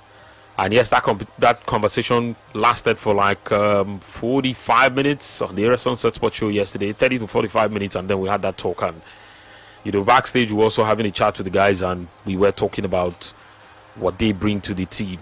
On a day, France scored 4 goals. Mbappe didn't score 1. So it explains a lot in terms of the firepower, and you just be looking at them to say that this is the guy who has 4 goals already in this competition. And then they are netting 4 goals. In fact, everybody was like, even if he doesn't start the game, let him rest for the bigger games that will come. He started yesterday and he played. Left at some point and gave Michael Oliver the captain's armband and said, hand to Chouameni. And people were like, oh, dictator Mbappe. But Chouameni is about the oldest guy in there now. If you look at how they don't take for that team. Maybe Theo Hernandez. I know it was Lucas at first. I think, am I mistaking him for Pavard? Chouameni should be that guy. Or then Saliba and then Dembele and later things now. Chouameni, it's been there long enough. But yes, that's not the reason for this conversation. We're looking at the French national team, and yes, what we have seen about them so far in this competition. You think France can go all the way, get the job done? Or you think, yes, the attack can lead them to yet another World Cup title where everyone will look at it and say, oh, never in doubt, these guys were always going to get the job done? Or you think really it's just a matter of, we don't think it's going to be now. Maybe they will have to try again next time and see what they can probably do differently. But for now, well, again, all of this, it's open for debate. And yes, it's exactly why we're talking about it on the show today. Let's have you join us and share your thoughts with us. Hello, good afternoon. Good afternoon. Michael, welcome. Yeah, France with the kind of player they have, you can see they can go to the final. So I'm not really telling much. Yeah, squad depth below itself for the long run compared to other countries. I just think Argentina is overhyped. World Cup because of Messi and the rest. That's all. Thank you. Okay, thank you so much. He says he thinks the Argentina team there's too much hype around it. Okay, good one.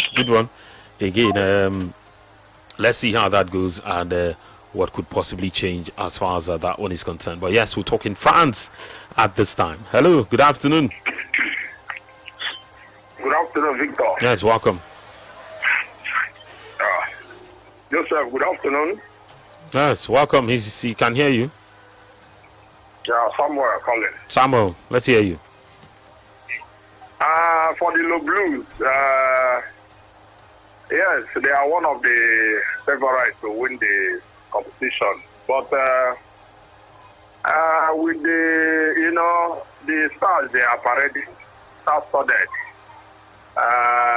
Most of their players are playing for the bigger clubs in Europe.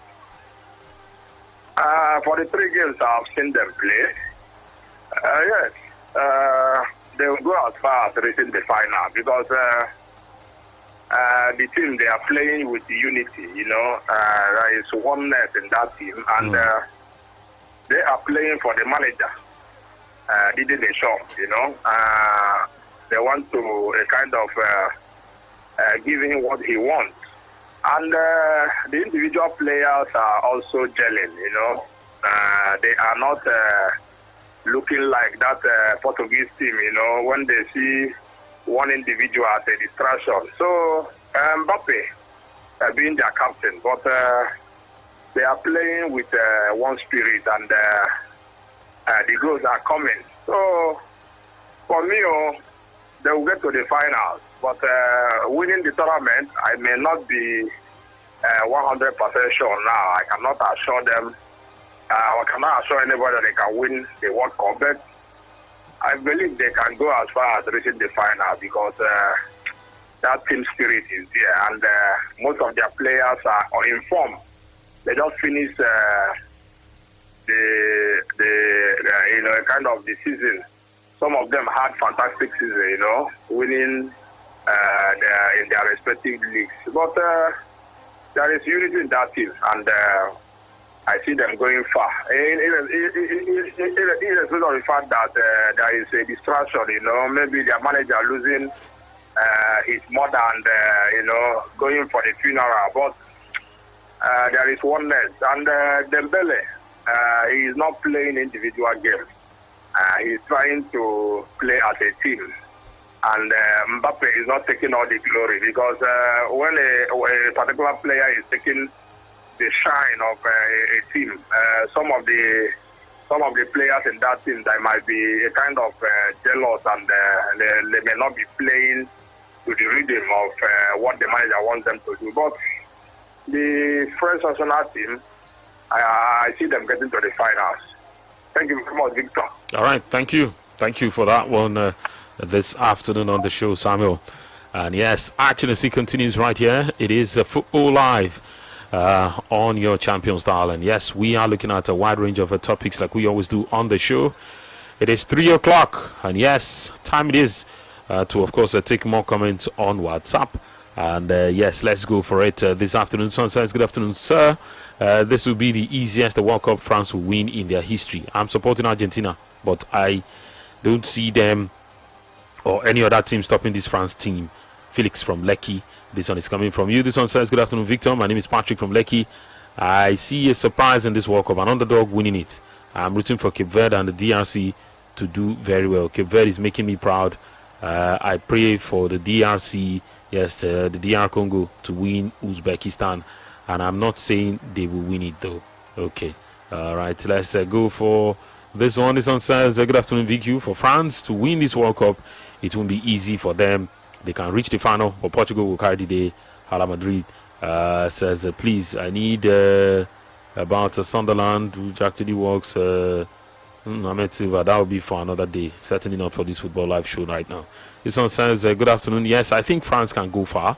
They have a ferocious attack, arguably one of the best in the tournament. Their biggest test, based on the current bracket, would be Germany in the round of 16. And if they can get past that hurdle, I really fancy their chances of going deep in the competition. I am so happy Senegal have secured a place in the round of 32, regardless of the remaining results.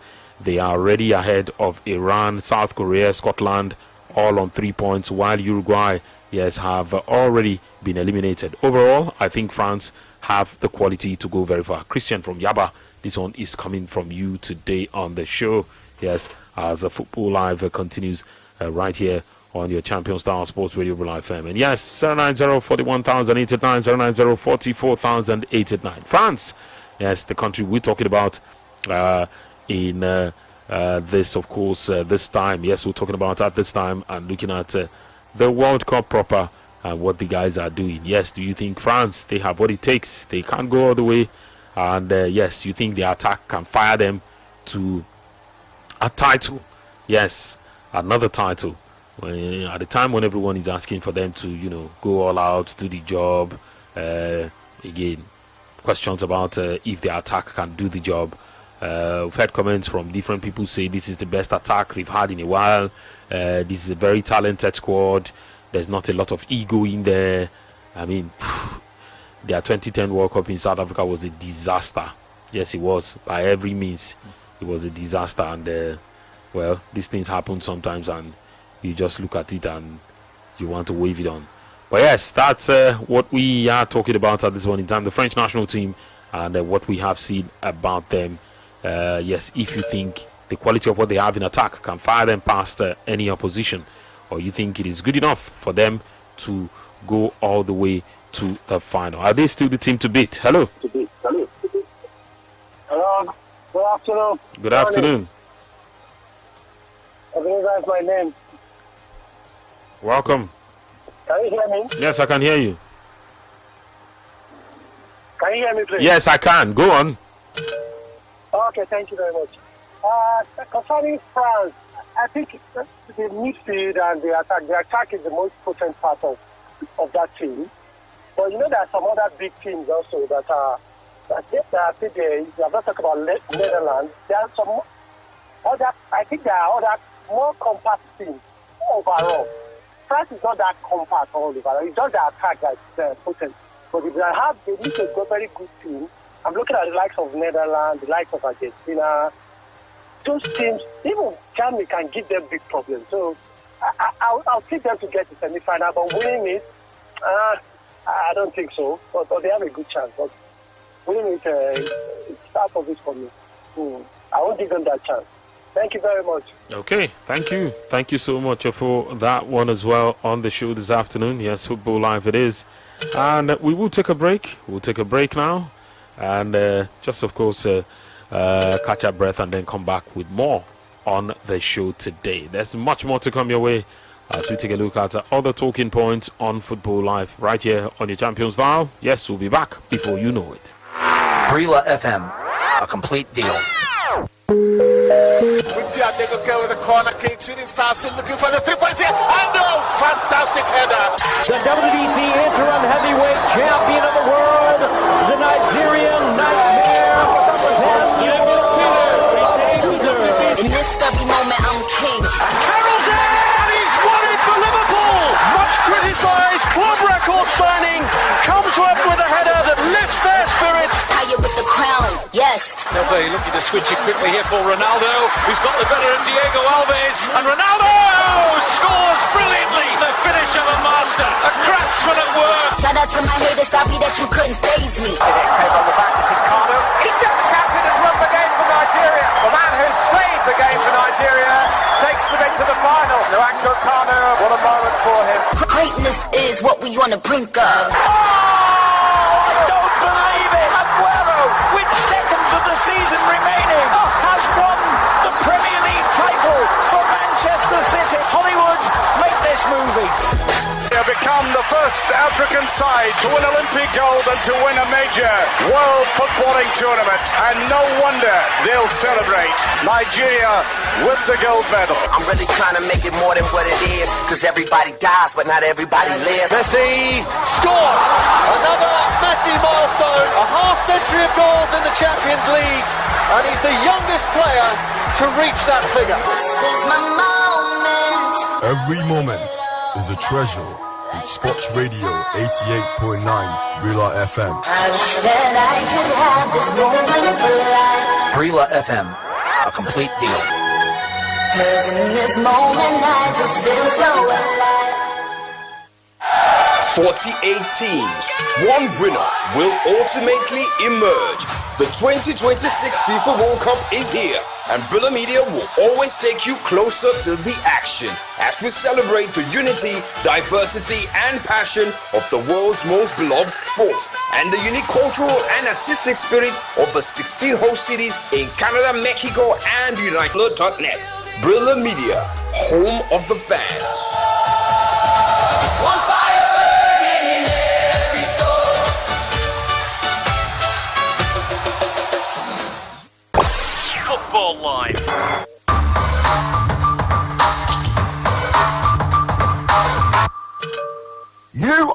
listening to Football Live.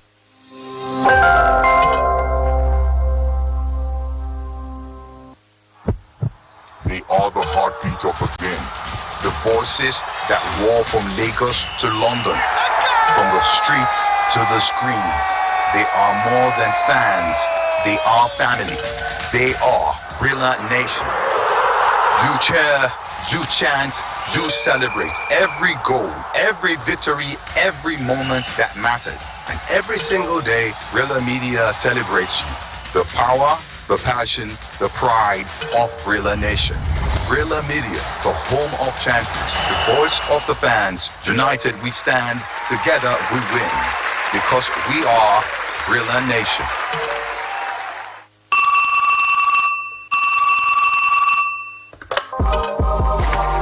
You know, contributing your hot takes and opinions just got way easier because Sports Radio Brilla FM is doubling down the fun by giving you 2 magical lines to connect to the studios. That means when you dial the numbers 090-41,889 and 090-44,889, your voice will be heard on the home of the fans around the world.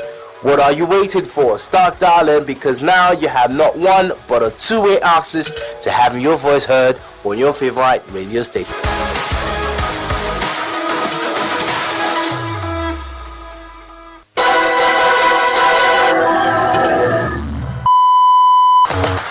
Breaking news straight to your phone. Brilliant Media is now on WhatsApp. Follow our official WhatsApp channel for the latest sports news, talking points, live updates, and in-depth coverage of sports events in Nigeria and around the world. From international tournaments to national teams, athletes, and exclusive stories. If it's sports, it's on Brilliant Media. To join, simply go to WhatsApp channels on your device. Search Brilliant Media and tap follow channel. No stress, no delays. Just sports as it happens. Brilliant Media, home of the fans. He sent it in with that gorgeous left foot of his. Have you heard anything quite like this?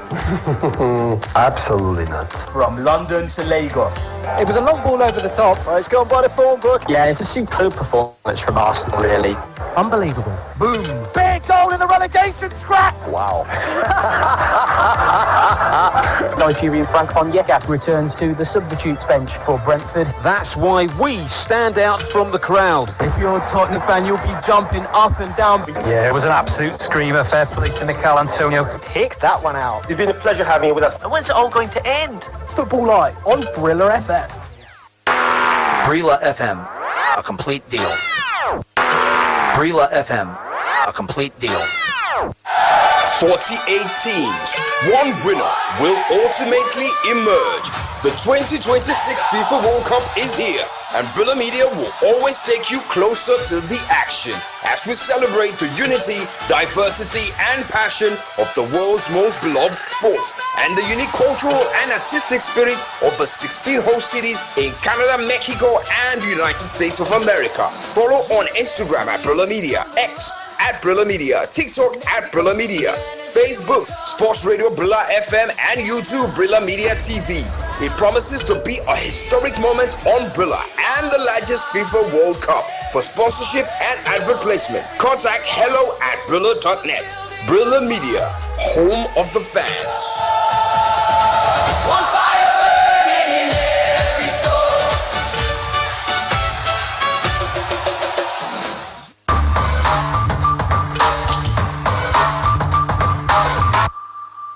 You are listening to Football Live.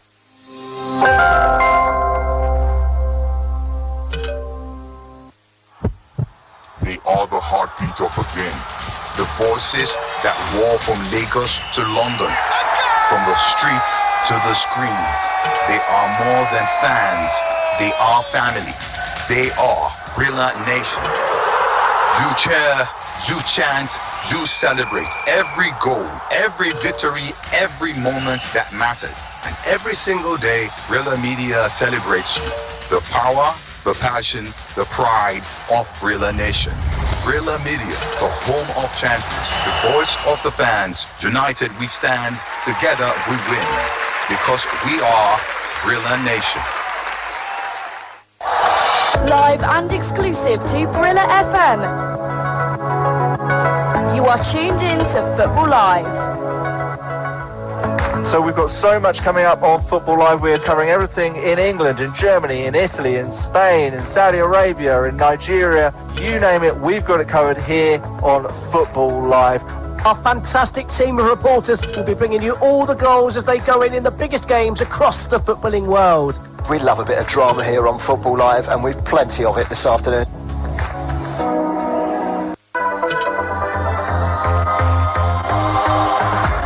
Around the grounds every Saturday and Sunday afternoon on Football Live. Hear about the goals as they go in as we follow all of the big action around the Premier League and the big leagues around Europe, including Bundesliga, Serie A and La Liga. Football Live.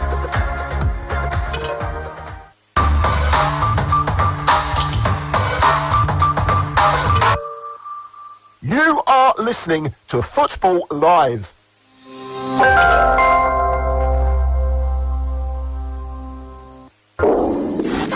Football Live. There's nothing like it on weekends. Football Live.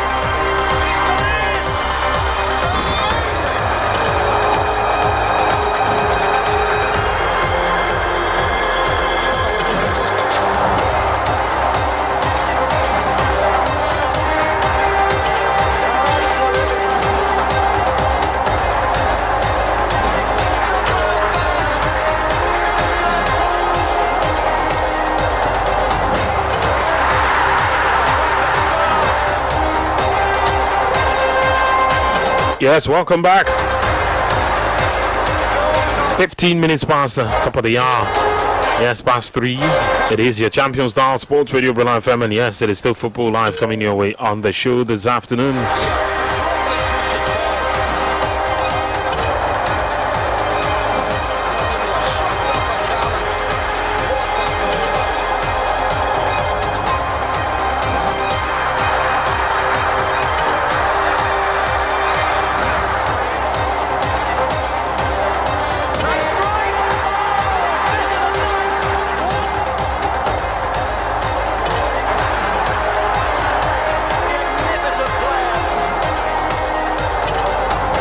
Let's go right on to more talking points on the show this afternoon. And yes, we've had a look at Sam. We've looked at the Super Eagles of Nigeria. And Eric Shell Gettina has agreed to sign an extension with the national team. We've also looked at the French national team. Yes, the France national team. But there's been a debate on how good this team is and how far they can go. One thing on Football Live we always have is more talking points. And let's take you to more. Yes, to more of them. Ahead of England's last group game against Panama, Thomas Tuchel has dismissed the suggestions that England were handed a World Cup wake-up call after being held to a goalless draw against Ghana, and called on supporters not to lose belief in his side. The substitute Nico Riley came closest to breaking the deadlock 4 minutes before the end of a normal time when his header struck the crossbar with Harry Kane blazing over. Yes, the follow-up. Yes, blazing the follow-up over. But Ghana were full value for a point and might have won if the Honduran referee Said Martinez had ruled against the Ezri Konsa after he appeared to bring down substitute Prince Kwabena Adu inside the England penalty area during the second half. Tuchel admitted frustration at England not being able to find a goal after having almost 80% of possession, but refused to panic given that they have an opportunity to finish top of Group L if they defeat Panama in New Jersey. on Saturday. England's draw against Ghana, a concern or nothing to worry about? England's draw against Ghana, a concern or nothing to worry about? You know, the moment that game ended in a draw, you could guess the headlines already. And looking at the headlines, you could be asking yourself, was this the same man who won a few days ago? And everybody said, well, he finally found a formula, and it's been a long time England played like this and blew a team out the water. England's draw against Ghana and the game in general, a concern or nothing to worry about? Is that a sign of what is to come in this competition for England? Or it was just a one-off and probably they didn't know the opponent enough? And these things happen sometimes. 090440889, 090410889. England's draw against Ghana, a concern or just a one-off and nothing to worry about?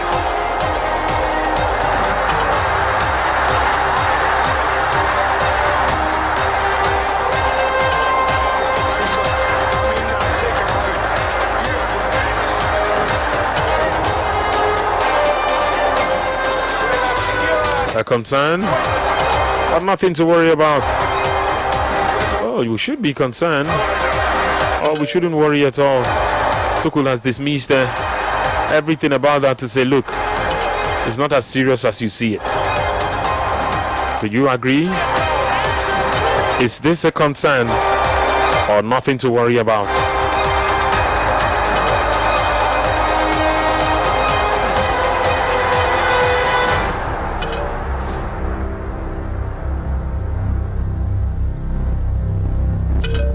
Let's get the action started on the show this afternoon. Yes, of course, we have some comments coming in. David says, this is David from Ikeja. I believe France has the ability to win the World Cup again. Okay, thank you. This one here says, good afternoon, guys in the studio.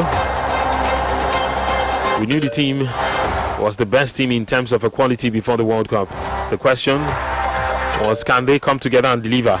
They have answered that question, and it's yes. They have a stunning attack, but I'm not sure their defense has been tested enough to draw conclusion just yet. I see them going all the way to the final. Taiwo from Manchester. This one is coming from you. Hello, good afternoon. Hello, good afternoon, Peter Igani, my brother. Good afternoon. Yes, welcome. Joseph, I greet you. Yeah, my name is Sodi Efosa, also known as Basona First of Kobioko. You can call me Destroyer. You yeah. You see, nothing to worry about. You know, say when you play ball with people, when go play a defense master, then all of them come pat themselves for back.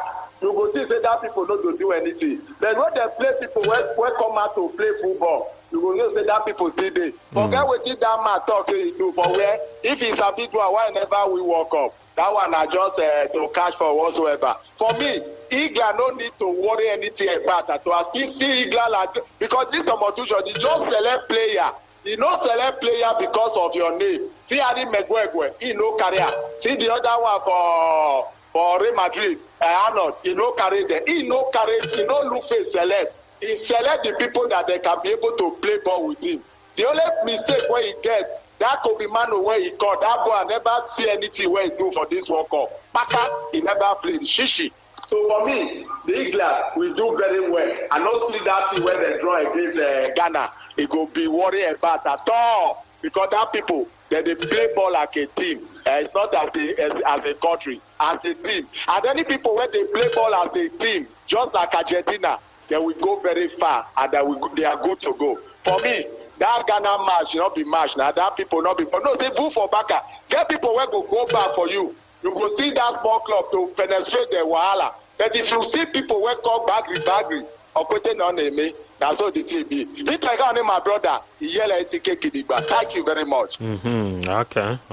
Thank you for that one as well.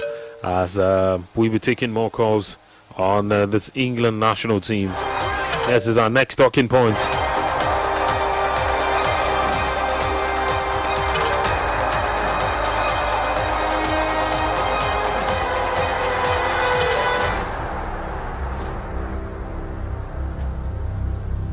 Hello, good afternoon.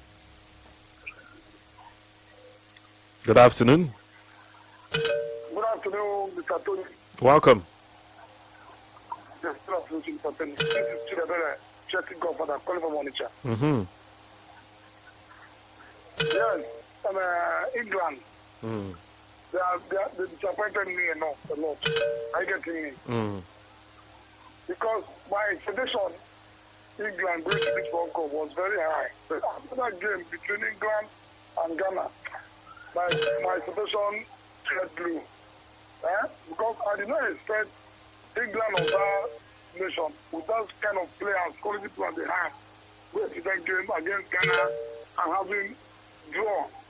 No, it's not possible. I didn't expect that. So, if Thomas Tuchel cannot improve, because there are many good teams now in the World Cup. Are you getting me? Mm. Yeah, there are many good teams now in the World Cup, like France, Portugal, Argentina. So, with this kind of performance that they play against Ghana, if they do not improve, I don't think they're going anywhere. Even this game, so they are playing Panama today. I'm sure that Panama will not bring that kind of defensive block that Ghana is playing against England. So now, if any team come with a defensive block or defensive, that means England cannot beat those teams. So I don't see England going far. If Thomas Tuchel cannot improve his tactical area, I don't think they're going far. Thank you. Okay, thank you so much for that one. He says Tuchel's got to improve on some certain areas, else he doesn't think England can go far in this game. That game against Ghana, a one-off or a warning sign? A one-off or a warning sign? The man has said, look, let's put it behind us, give us the support. That game was just a one-off. Hello. Hello. Yeah, Vicky. Good afternoon. My name is Chidi. Chidi, is everything okay? You don't sound like all is well. Is everything fine? Yeah, everything is fine. Okay. Okay. I have that's why the voice is like. Oh, I see. Sorry. Vicky, yeah. You see that match with England and Ghana? To me, everything is not okay at all. Everything is not okay. Okay. Now, when I was watching the match, I was just following the commentator. And also watching the match. How many shots of goal did England play? I think only 2 or 3. The commentator was telling us that Ghana had even better chance than England. It's just that they could not use it very well. Are you sure? I remember the one that Anthony put up that people commented on VAR. You see, when you look at the whole match, if you analyze it very well, you see that England, what I even think that they will do, in fact, they are not doing it, to be frank. That match with Croatia, it could be that Croatia was afraid of them. That's why Croatia didn't put up the fight. If they had put up the fight, I don't think they will win them that 4-2. They outclassed Croatia completely.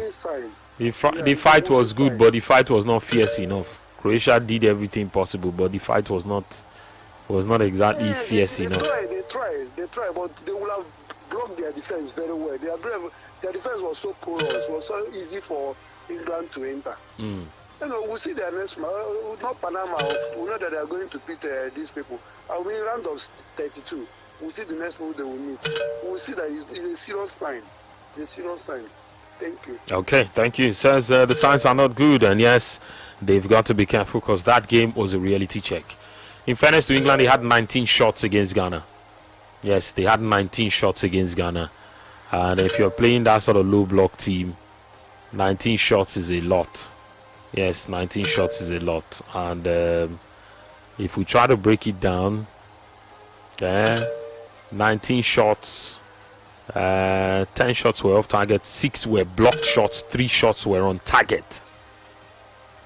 6 shots were on target, and blocked shots and then goalkeeper saves is how you look at some of these things. If 6 shots were blocked and goalkeeper made 3 saves, that's like 9. They were just unfortunate. Again, low blocks will frustrate you, and then some of you will not take it in good grace. You come out and say only one team came to play. No, I for come make I play you anyhow, so that if you score me 10, you could be saying our ball will still play at this level. Let's take more of your contributions on the show this afternoon. Hello, good afternoon to you. Hello, good afternoon. Good afternoon. Thank you. Yes, sir. This is Baba Jerry from Shagamu. Welcome. I want you people to know one thing. Do we expect that Africa can go this length they are today in the World Cup? By that you mean? Nobody expects it. What I mean to say, every country has waked up. No more minutes in football anymore, to me. So we are just looking at things that England not them picking. No be bottle picking that they carry go this. So Ghana also they put up their best. All African teams, except only one, they put all their best. You can't expect England to just beat them anyhow. I'm telling you, do you expect Brazil to play 1-1 in their first match? See, this is where football is going. Now there's no more small country, no more small ball playing football anymore. You can't do more than that. Everybody's watching everybody. That's me.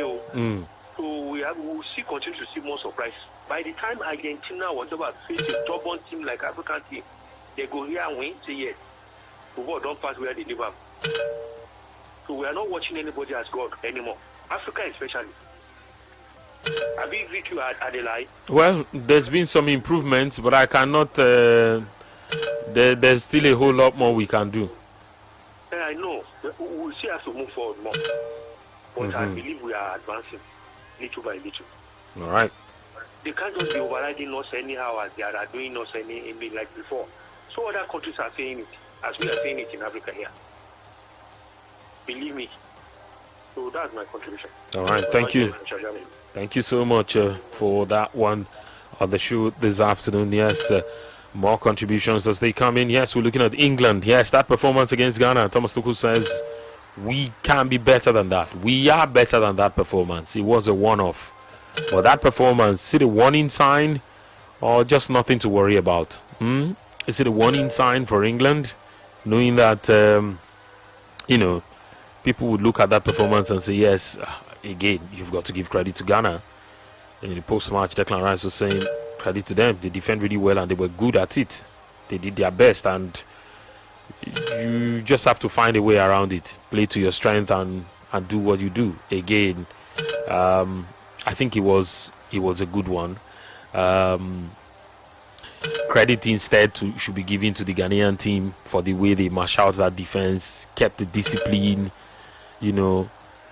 switched on throughout the game, no loss of concentration, kept themselves in the game, went all the way, even counter-attacked at some point in the game, hoping to find a winner. But yes, that didn't happen for them. But questions around how these guys can be better and what they can do differently. The man has said nothing to worry about. But Thomas Tuchel, his words, he says, look, keep the belief, nothing to worry about. All the talk of, it was a reality check, I don't think so. Again, historically, you might have to look at England in competitions where they win first match, they don't win the second one, and everybody's complaining about, how do they do it? How do they win one match and don't win the second one? It's been like that for like 4 straight competitions, including the Euros. And why is it always like that? Well, I don't think it's something the coach can answer. If they had won that game, he would have broken that jinx. But again, questions around whether they are good enough, whether they cannot go over the line. The man has said, no, don't worry about that. What happened, of course, was not what we envisaged, but we can get better and we will get better. Yes, England, a one-off, the performance against Ghana, a concern for you, or you think is nothing to worry about? A concern or nothing to worry about? Yes, England's game against Ghana, that has raised a lot of questions about the side. England's draw against Ghana, a concern or nothing to worry about? Let's hear you. Hello, good afternoon. Vicky, I greet you again. Good afternoon. Welcome. For the 3 Lions of England. The game against Ghana, I don't think it's just a one-off game. These dots did not come up when compared, drew the Spanish national team 0-0. So at times we discredit the tactical brilliance of the manager. Carlos Queiroz should be the manager of Ghana, and he must have studied the Three Lions of England, the way they play, and decided to bring out his own formation to match them. So it happens in a competition like this. There is nothing like a reality check. Football. People are now, advancing in football. We do not expect the Ghanaian team to come to the World Cup and being passed like 10-0 in the hands of England. I never expect that. And most of all those so-called, small teams, they are now trying to show the world that they have arrived. So it's a one-off game, and it was only a draw, not even a defeat. So England did not lose. They drew.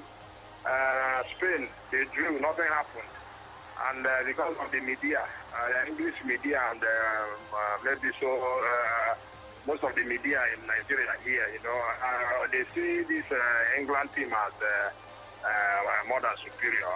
They are 11 players on the pitch, competing with another 11 players opposite. So anything can happen in football match.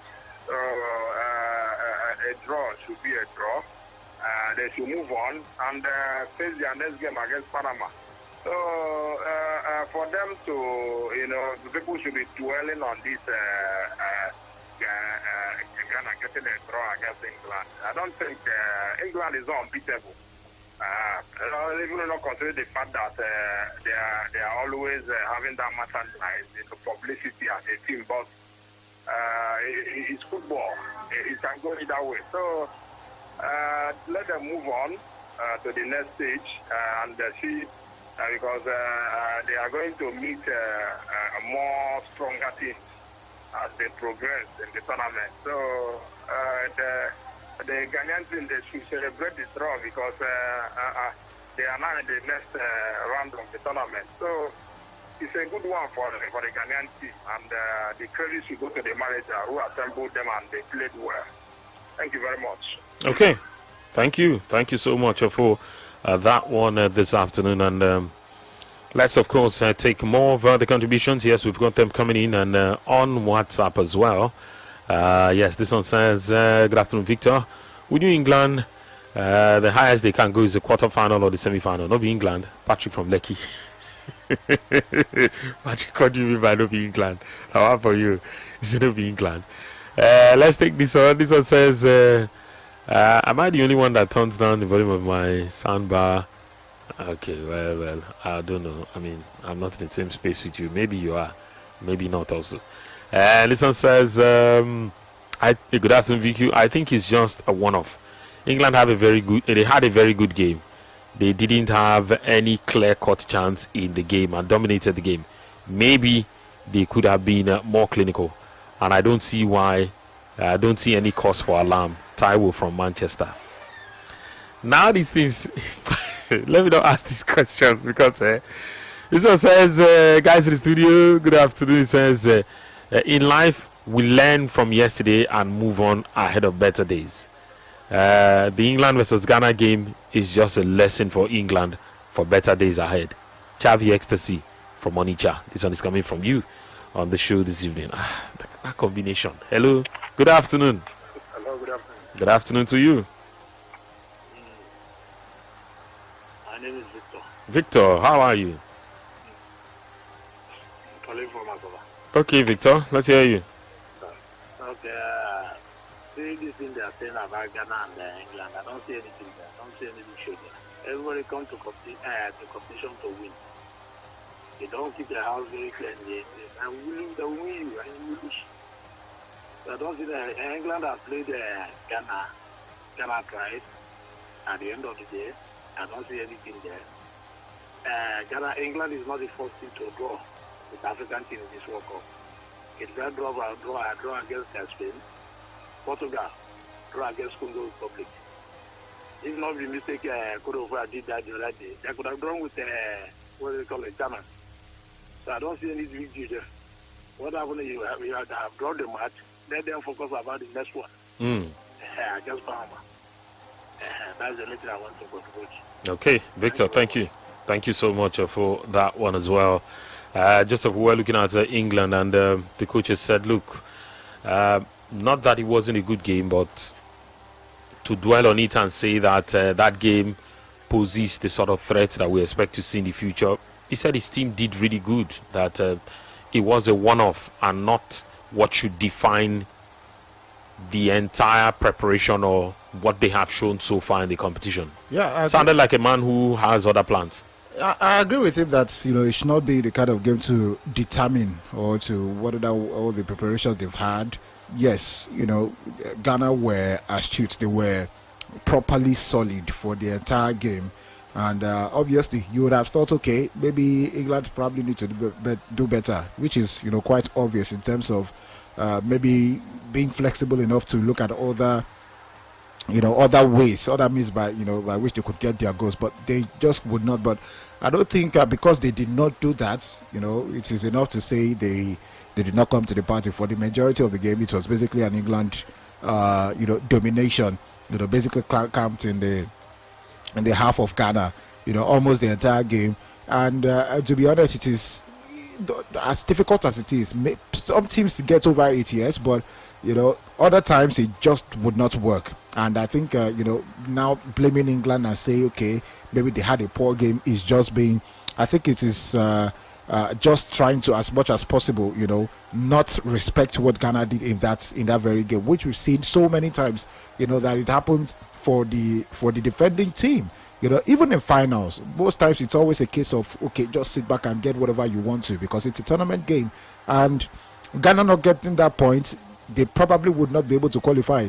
They'll have to wait until probably beating Croatia, later today or at the early hours of the morning tomorrow, before they can say, okay, yeah, we're qualified to the round of 32. And to be honest, I don't think it's just as if it's just like fighting for your life. You have absolutely throw everything at it, and I think it is not enough for people to say maybe they didn't come to the party. They did. They actually did. Bellingham was not able to do so much. They brought on Rashford. They had a little bit of bite, but there was basically nothing England threw at Ghana that rocked them. Yeah, sometimes at some different situation, for example, that hurricane miss, more often than not is scoring goals like that, but again, it was just unlucky. So I don't think England did anything wrong not to win.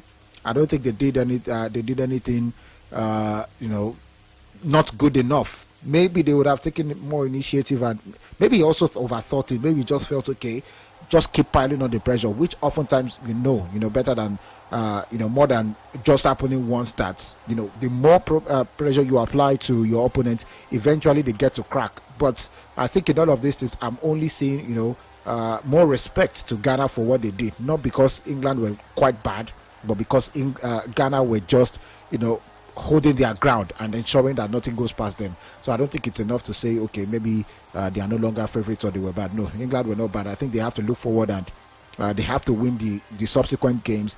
Nobody will remember how badly they played, against any opposition if they go ahead to get into the final or probably win the whole thing. So I think for me, they better just keep the energy they currently have and go for the next one, not looking at the back and what they might have done better. I think it is past. Let's move past it. Okay. Good evening, VQ. But this England team are very good. Thomas Tuchel took his time to scout the team well. Ghana came into that game with determination, and it worked out for Ghana. At the end of the day, with a point for me, this England team will go far in this tournament. Ghana self, no small. Most of the players play in Europe. Hamid Silva from Lekki, this one is coming from you. Yes, this one here says, good afternoon, Vicky and Joseph. My name is Francis Macheda. The goalless draw against Ghana is a major concern rather than a systemic crisis. It says it serves as a tactical reality check, highlighting the Three Lions' ongoing difficulty in breaking down deep, disciplined defenses. But it remains an outlier, given their otherwise fluid attacking form in 2026. And despite controlling 78% of possession and taking 19 shots, England looked sluggish and predictable. They failed to register a shot on target until the 57th minute, exposing a recurring inability to unlock heavily fortified backlines. Again, everybody hides behind this conversation of breaking down low blocks, and nobody talks about the difficulty of how hard it is to do it.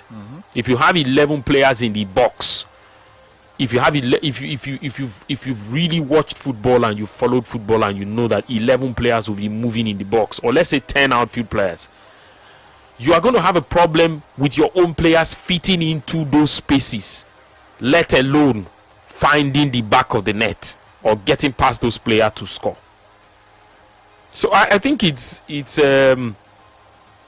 when we talk about low blocks and some of these things, I've had this conversation with coaches before where I know that, okay, it was Bodeas, this guy and I were discussing the last time, and I said, have you seen the way he coordinates his defense sometimes? They still want to keep the ball, but they want to frustrate you. It's not the kind where they clear it and you go and bring the ball and recycle possession and be putting pressure on the same back line that is hoping to avoid the pressure. No. The guys are just there making sure they frustrate you, and the more you come, the harder they try to make it for you. Classic Diego Simeone when he still had the Diego Godins and all of these other guys who were doing the job for him back in the day. And so when you look at situations like that, or you see the Mourinho's version where Carvalho and John Terry in centre-back position, and then Ashley Cole and the other guys, and then it gets really difficult for you to break them down. And then when it comes to counter, they hit you, goal scored, end of the game, because you know, so no matter how hard you try, to break them down will be a problem. Again, I think it is so easy for us to say that breaking down low blocks are not. I don't think it's as easy as it appears, especially when it is not mid-block. Mid-block where you can say your wingers can run away with people and drag people with them, and part of where I had problems were in situations where it looked as if they were too cautious with only Declan Rice advancing forward and Anderson could not exactly go forward, maybe because they were preventing counter-attacking situations. And then Jet Spence didn't attack at all until some parts of the game later on when he started going forward. Like, how do you not give numbers high up the pitch? Was it the instruction from the coach? Maybe it was, but the moment Nico Riley came, there was a bit of more freedom on that part. But I think also that because of the quality of the wingers we saw on the night, the options were not really good. Anthony Gordon, Noni Madueke, the decision making when it gets to that point where you take on a player or you make a good pass and then you cross into the box, or you make better decisions in the final third as a winger that gives your side some sort of advantage, it just didn't work out. A typical example is some of the guys who were complaining on X who said Harry Kane to have 3 or 4 shots or 4+ shots. And as at 70 minutes, we were still struggling for Harry Kane to have 1. So if you have situations like that, you're going to be really disappointed, because it is now credit to the opponent for what they have done and not your inability to break them down. Yes, you will always want to break them down, but once it is football, do you have the benefit of a 3-pointer? You want to carry the ball for hand, throw them, make it beat everybody. You still have to do what you have to do to break them down. And that's where the problem is. Because you skip past one man, the space is too small. Another man is covering you. Another, then another, then another, then another. How many guys are you going to... If you think it's because English football is not fluid, how about Spain against Cape Verde? That was some fluid football. It doesn't get any more fluid than that. But the guys were disciplined at the back. They had just 1 yellow card, and then they kept themselves in the game. I think it was just 1 or 2 fouls. Spain had like 10 fouls. 1 foul. They had 1 foul. Spain had 10 fouls. And so you look at all of these things. I think that's where you have to give credit to those who would look for ways to cut corners and say, hey guys, low blocks is going to frustrate us. But sometimes in the grand scheme of things, you want to look at how your team played and say, we had just one chance and we took that one chance and it was what scaled us to the next level. And that one chance could be set piece. So if we get a corner from it, once we score these people, they will not sit deep and frustrate us. Again, conversations around set piece can be really, really sentimental because, again, people have different opinions, especially when it comes to club football. But in the grand scheme of things, I want to have a corner kick that will make me score a goal against Morocco and win the semi-final and go play the final of the AFCON. Rather than just Morocco pinning me to my back line and then we'll be huffing the ball forward and then the pressure comes back to the back line, we huff it forward. It was just the huffing and puffing towards the end of that game. And yes, we kept ourselves in it and penalty didn't favor us at the end of the day. But I think at that point in time, tactically, we had given everything we could give. And we're even the ones creating low blocks for them.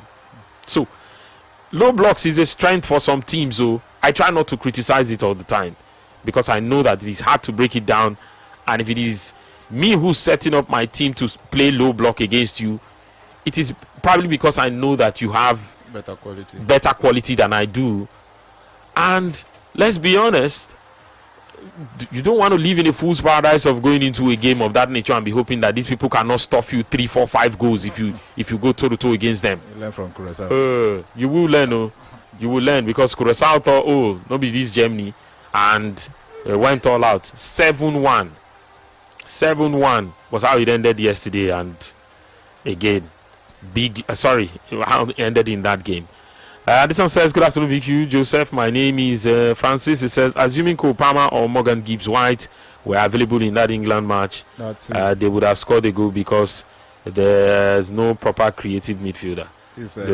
It's Morgan Gibbs White. How much of creativity does Morgan Gibbs White even possess? Better than Bellingham, better than what they had on the pitch. Stop all this bandwagon thing because somebody mentioned, some pundit said it somewhere. I don't think those guys are right. I don't think because they said so it is therefore right. We've also seen low block situations where, in patches in some games, teams get frustrated and you'll be looking for your creative players to get the job done. Yes. I've seen it in some games as well. Even Palmer will play in those games as well, and you'll be looking for how to break down those people. I just think that if we say that way, we're not giving credit to the Ghanaian team for the amount of hard work they put in. They were in it and they didn't stop running. One thing that will show you how hard Ghana worked is if you have access to the number of kilometers they covered inside their box. That's not a stat that is usually available, that they throw around easily. But if you have access to how many kilometers they covered inside their box, because you move the ball to move the opponent, right? It's not rugby where you say, okay, we will run through, try to stop us. But again, these things happen, and I just think that when you do not win a game, you cannot also control the narrative, because people will have a lot of things to say about how your team didn't turn up, how they failed to do some certain things. But if a set piece situation had given them that goal that day, boom, I think we will not largely remember what happened. In fact, the Ghana guys will probably be thinking, okay, today we have to come out against Croatia and do all that we have to do to win that game. Ghana scored against Panama in the 95th minute. Croatia scored against Panama late in their... yes, they scored against Panama, their only win so far. Late in that game as well. So it means the Panama guys, they also can do the low block thing. And I don't think Ghana, in the way they have played in this competition and the way results have gone, not to Ghana in particular now, you would probably want to give that low block thing to Cape Verde. Yeah. Because in 3 matches, though they've conceded, they've also scored, and they've had 3 draws, which is just good enough for them to advance to the next round of this competition. They are second to Spain, 3 points. Now that's how to frustrate people and make them think their choices or rethink their choices. Adams from Akoka says, For now, nothing to worry about. Just those one upset situations. Any English team can do even away from football only. He says this England team, no fit to reach final. Said this England, they no fit reach final.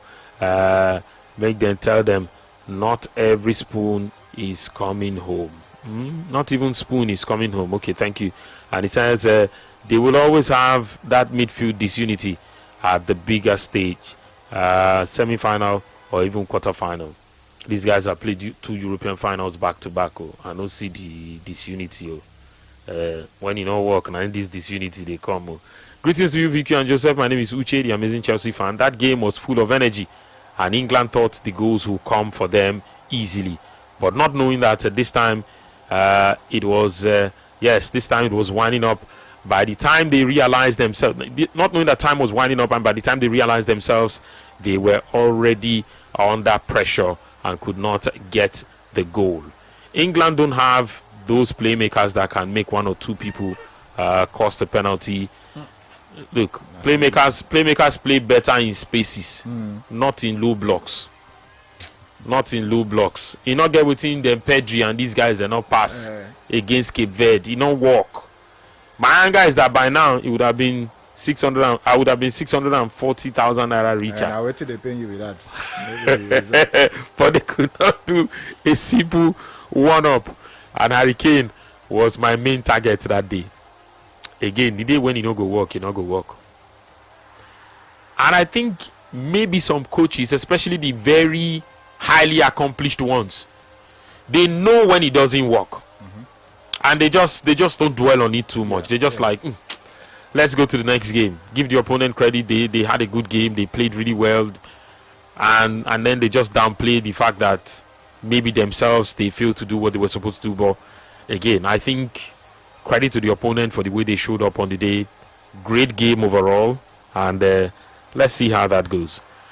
090-41,889, 090-44,889. England. Yes, we've had them in focus on today's edition of the show on Football Live here, where we've been talking about what these guys could do differently and what could change as far as their position is concerned. The coach said nothing to worry about. As a matter of fact, it was just one of those situations where, again, coaches will not want to come out and tell you we didn't know the opponents well enough and we didn't know what to expect. No, I think they would rather just say the opponents were great.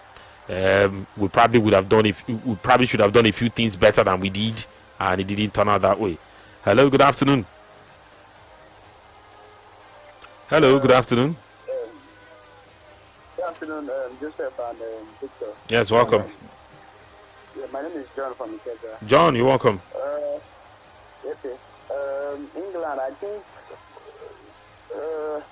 people are saying playmaker, people are saying mystic disunity. I just think that game it was just a one-off game. Just a one-off game. They played, they gave it their all. But you said something about maybe set piece. I don't think they could have gotten a goal from set piece also. They gave their all, but Ghana didn't just break. They didn't just break. So it was a very solid defensive display by Ghana. So I would say it's a one-off. There's no cause for alarm. There's no cause for concern.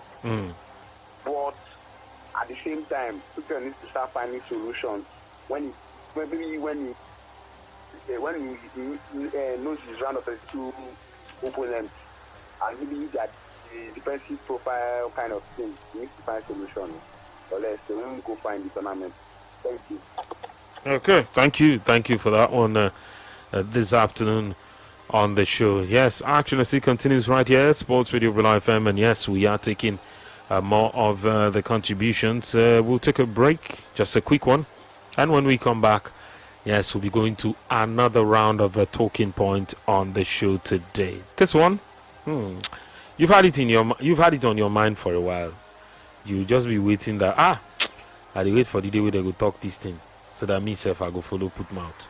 Yes, we'll go there soon and bring you that conversation. After this time out on the show, Football Live will continue.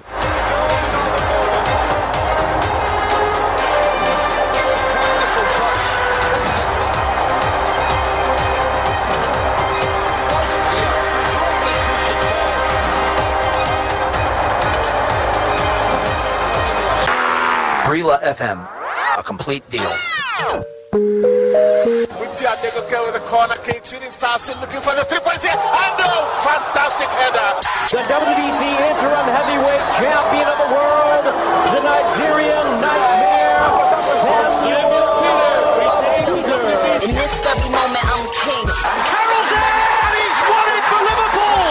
Much criticised club record signing comes up with a header that lifts their spirits. Higher with the crown, yes. They're looking to switch it quickly here for Ronaldo, who's got the better of Diego Alves, and Ronaldo scores brilliantly. The finish of a master, a craftsman at work. Shout out to my haters, sorry that you couldn't faze me. Came on the back, this is Kanu. He's set the captain and won the game for Nigeria. The man who saved the game for Nigeria takes them into the final. Nwankwo Kanu, what a moment for him. Greatness is what we on the brink of. Don't believe it. Aguero, with seconds of the season remaining, has won the Premier League title for Manchester City. Hollywood, make this movie. They have become the first African side to win Olympic gold and to win a major world footballing tournament. And no wonder they'll celebrate. Nigeria with the gold medal. I'm really trying to make it more than what it is, because everybody dies, but not everybody lives. Messi scores! Another Messi milestone, a half-century of goals in the Champions League, and he's the youngest player to reach that figure. This is my moment. Every moment is a treasure.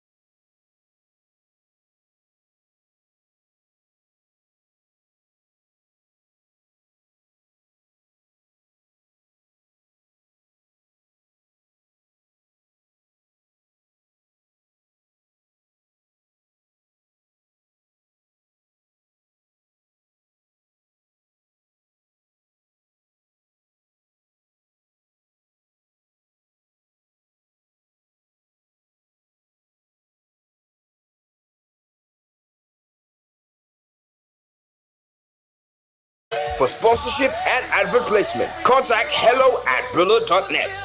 Brilla Media, home of the fans. One fire burning in every soul.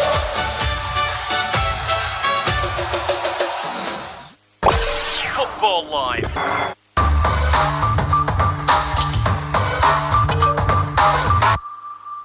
You are listening to Football Live.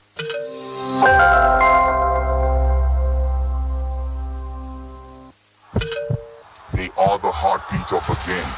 The voices that roar from Lagos to London, from the streets to the screens.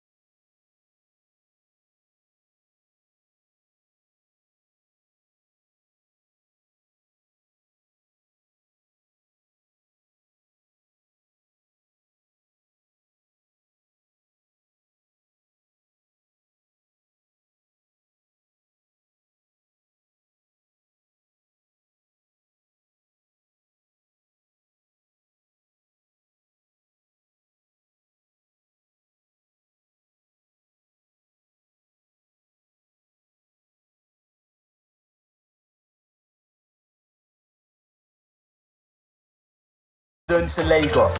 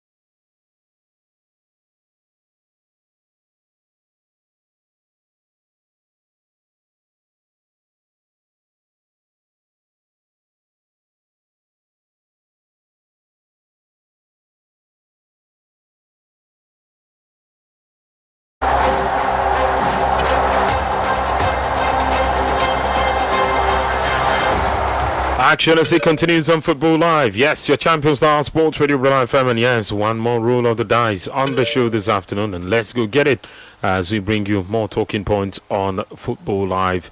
Victor Okani is my name, and yes, Joseph Obishason has been with me on the show every step of the way up until this time. Now, the 2026 FIFA World Cup has continued to spring up more surprises as 7 of the 10 African countries that qualified for the competition are already through to the last 32. Algeria and the DRC are still nursing hopes of a qualifying as well, with the outcome of their final group matches a determining factor. Ghana, Morocco, Senegal, South Africa, Cape Verde, Ivory Coast and Egypt have so far secured their spots. Joseph, 7 already qualified out of 10, and 2 of course are still nursing the ambition of a crossing. If they succeed, that will be 9, with only Tunisia going back home. Is African football on the rise? Oh well, I think it is argue not to. I mean, it is hard to argue against that at this point in time, and the fact that we've had quality games from the African sides. You look at Ivory Coast. I'm not sure if people are still investing in the Ivory Coast stock at this point in time, because going into the competition, people felt okay with what Emas Faye has been doing. Would he be able to do it on a bigger stage? And obviously he's always going to have something over the rest of African teams, by their standard normally, because of the quality they possess in terms of the players and everything they have.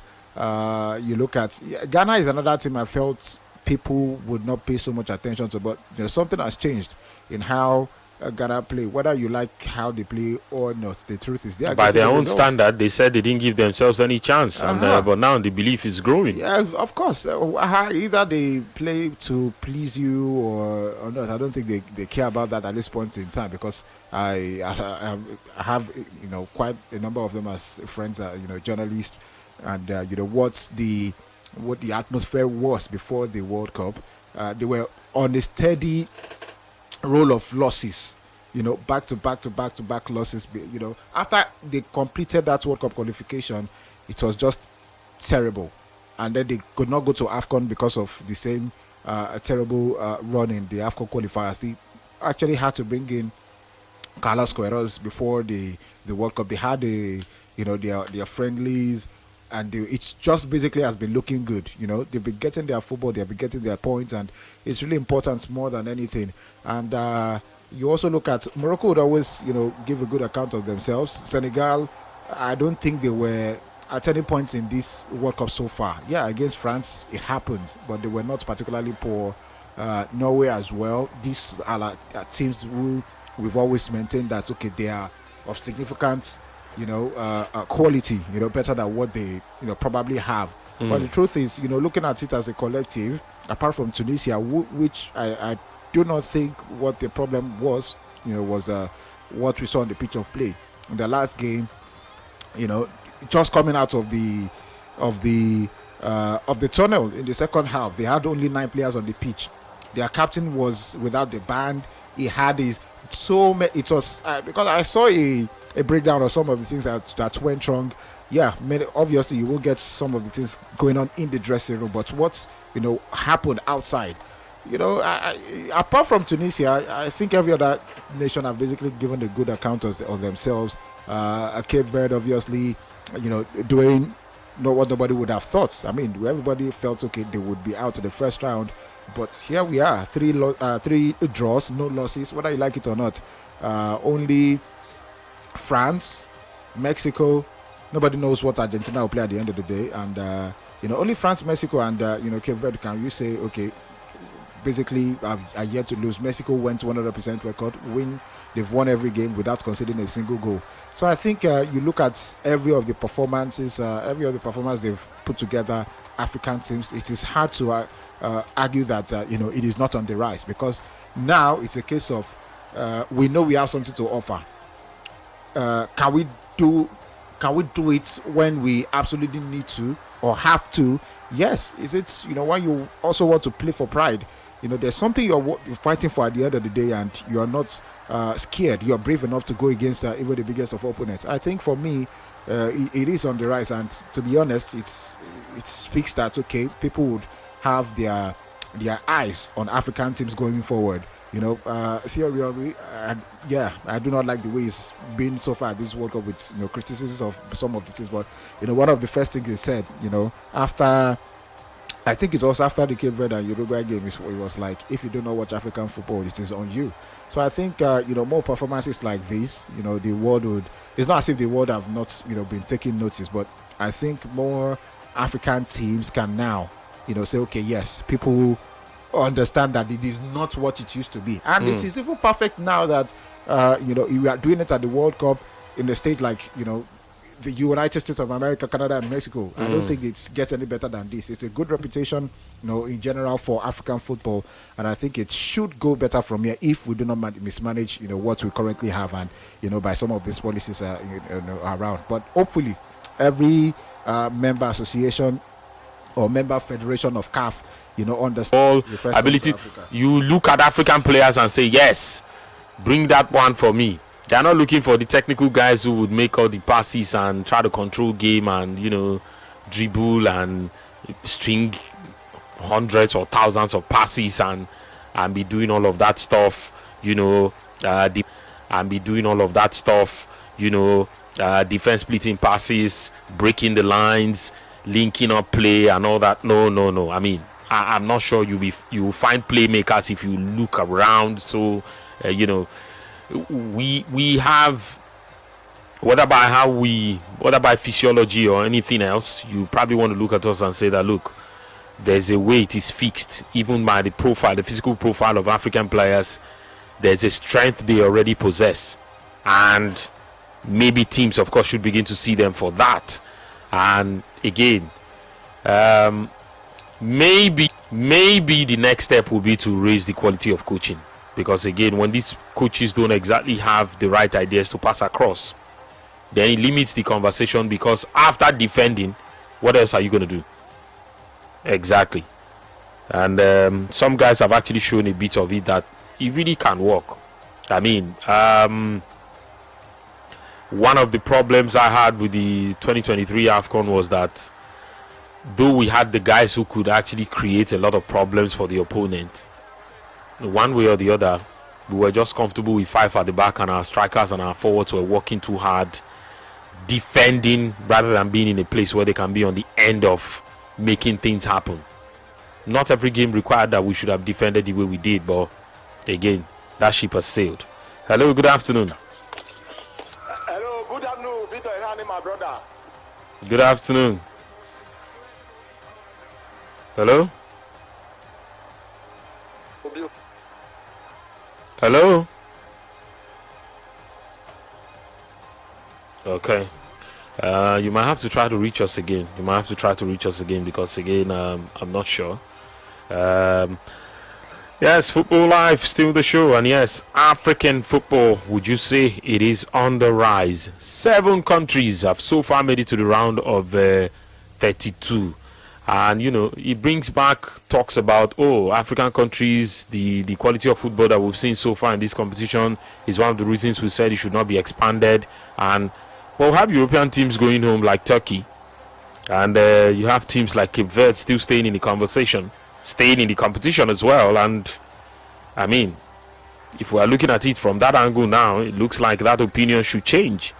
Yes, but would you say African football has been on the rise, that it is on the rise with the quality of what you have seen on display so far in the World Cup? 090-41,889, 090-44,889. Yes, let's find out from you on the show today if you think really things are changing and Africa is on the rise as far as its football is concerned. Yes, tell us what you think and let us know if you think, yes, these things are looking good for African football, and it's only a matter of time before we get there. Hello. Hello, good afternoon. Hello, good afternoon, Joseph. Yes, good afternoon. Yeah, good afternoon. This is Victor from Anambra State. Victor, you might have to speak up a bit so we can hear you better than we currently do. Okay, so this is Victor from Anambra State. Okay, let's hear you. Yeah, African country, they tried. I will rate them 5/10 for the effort so far. But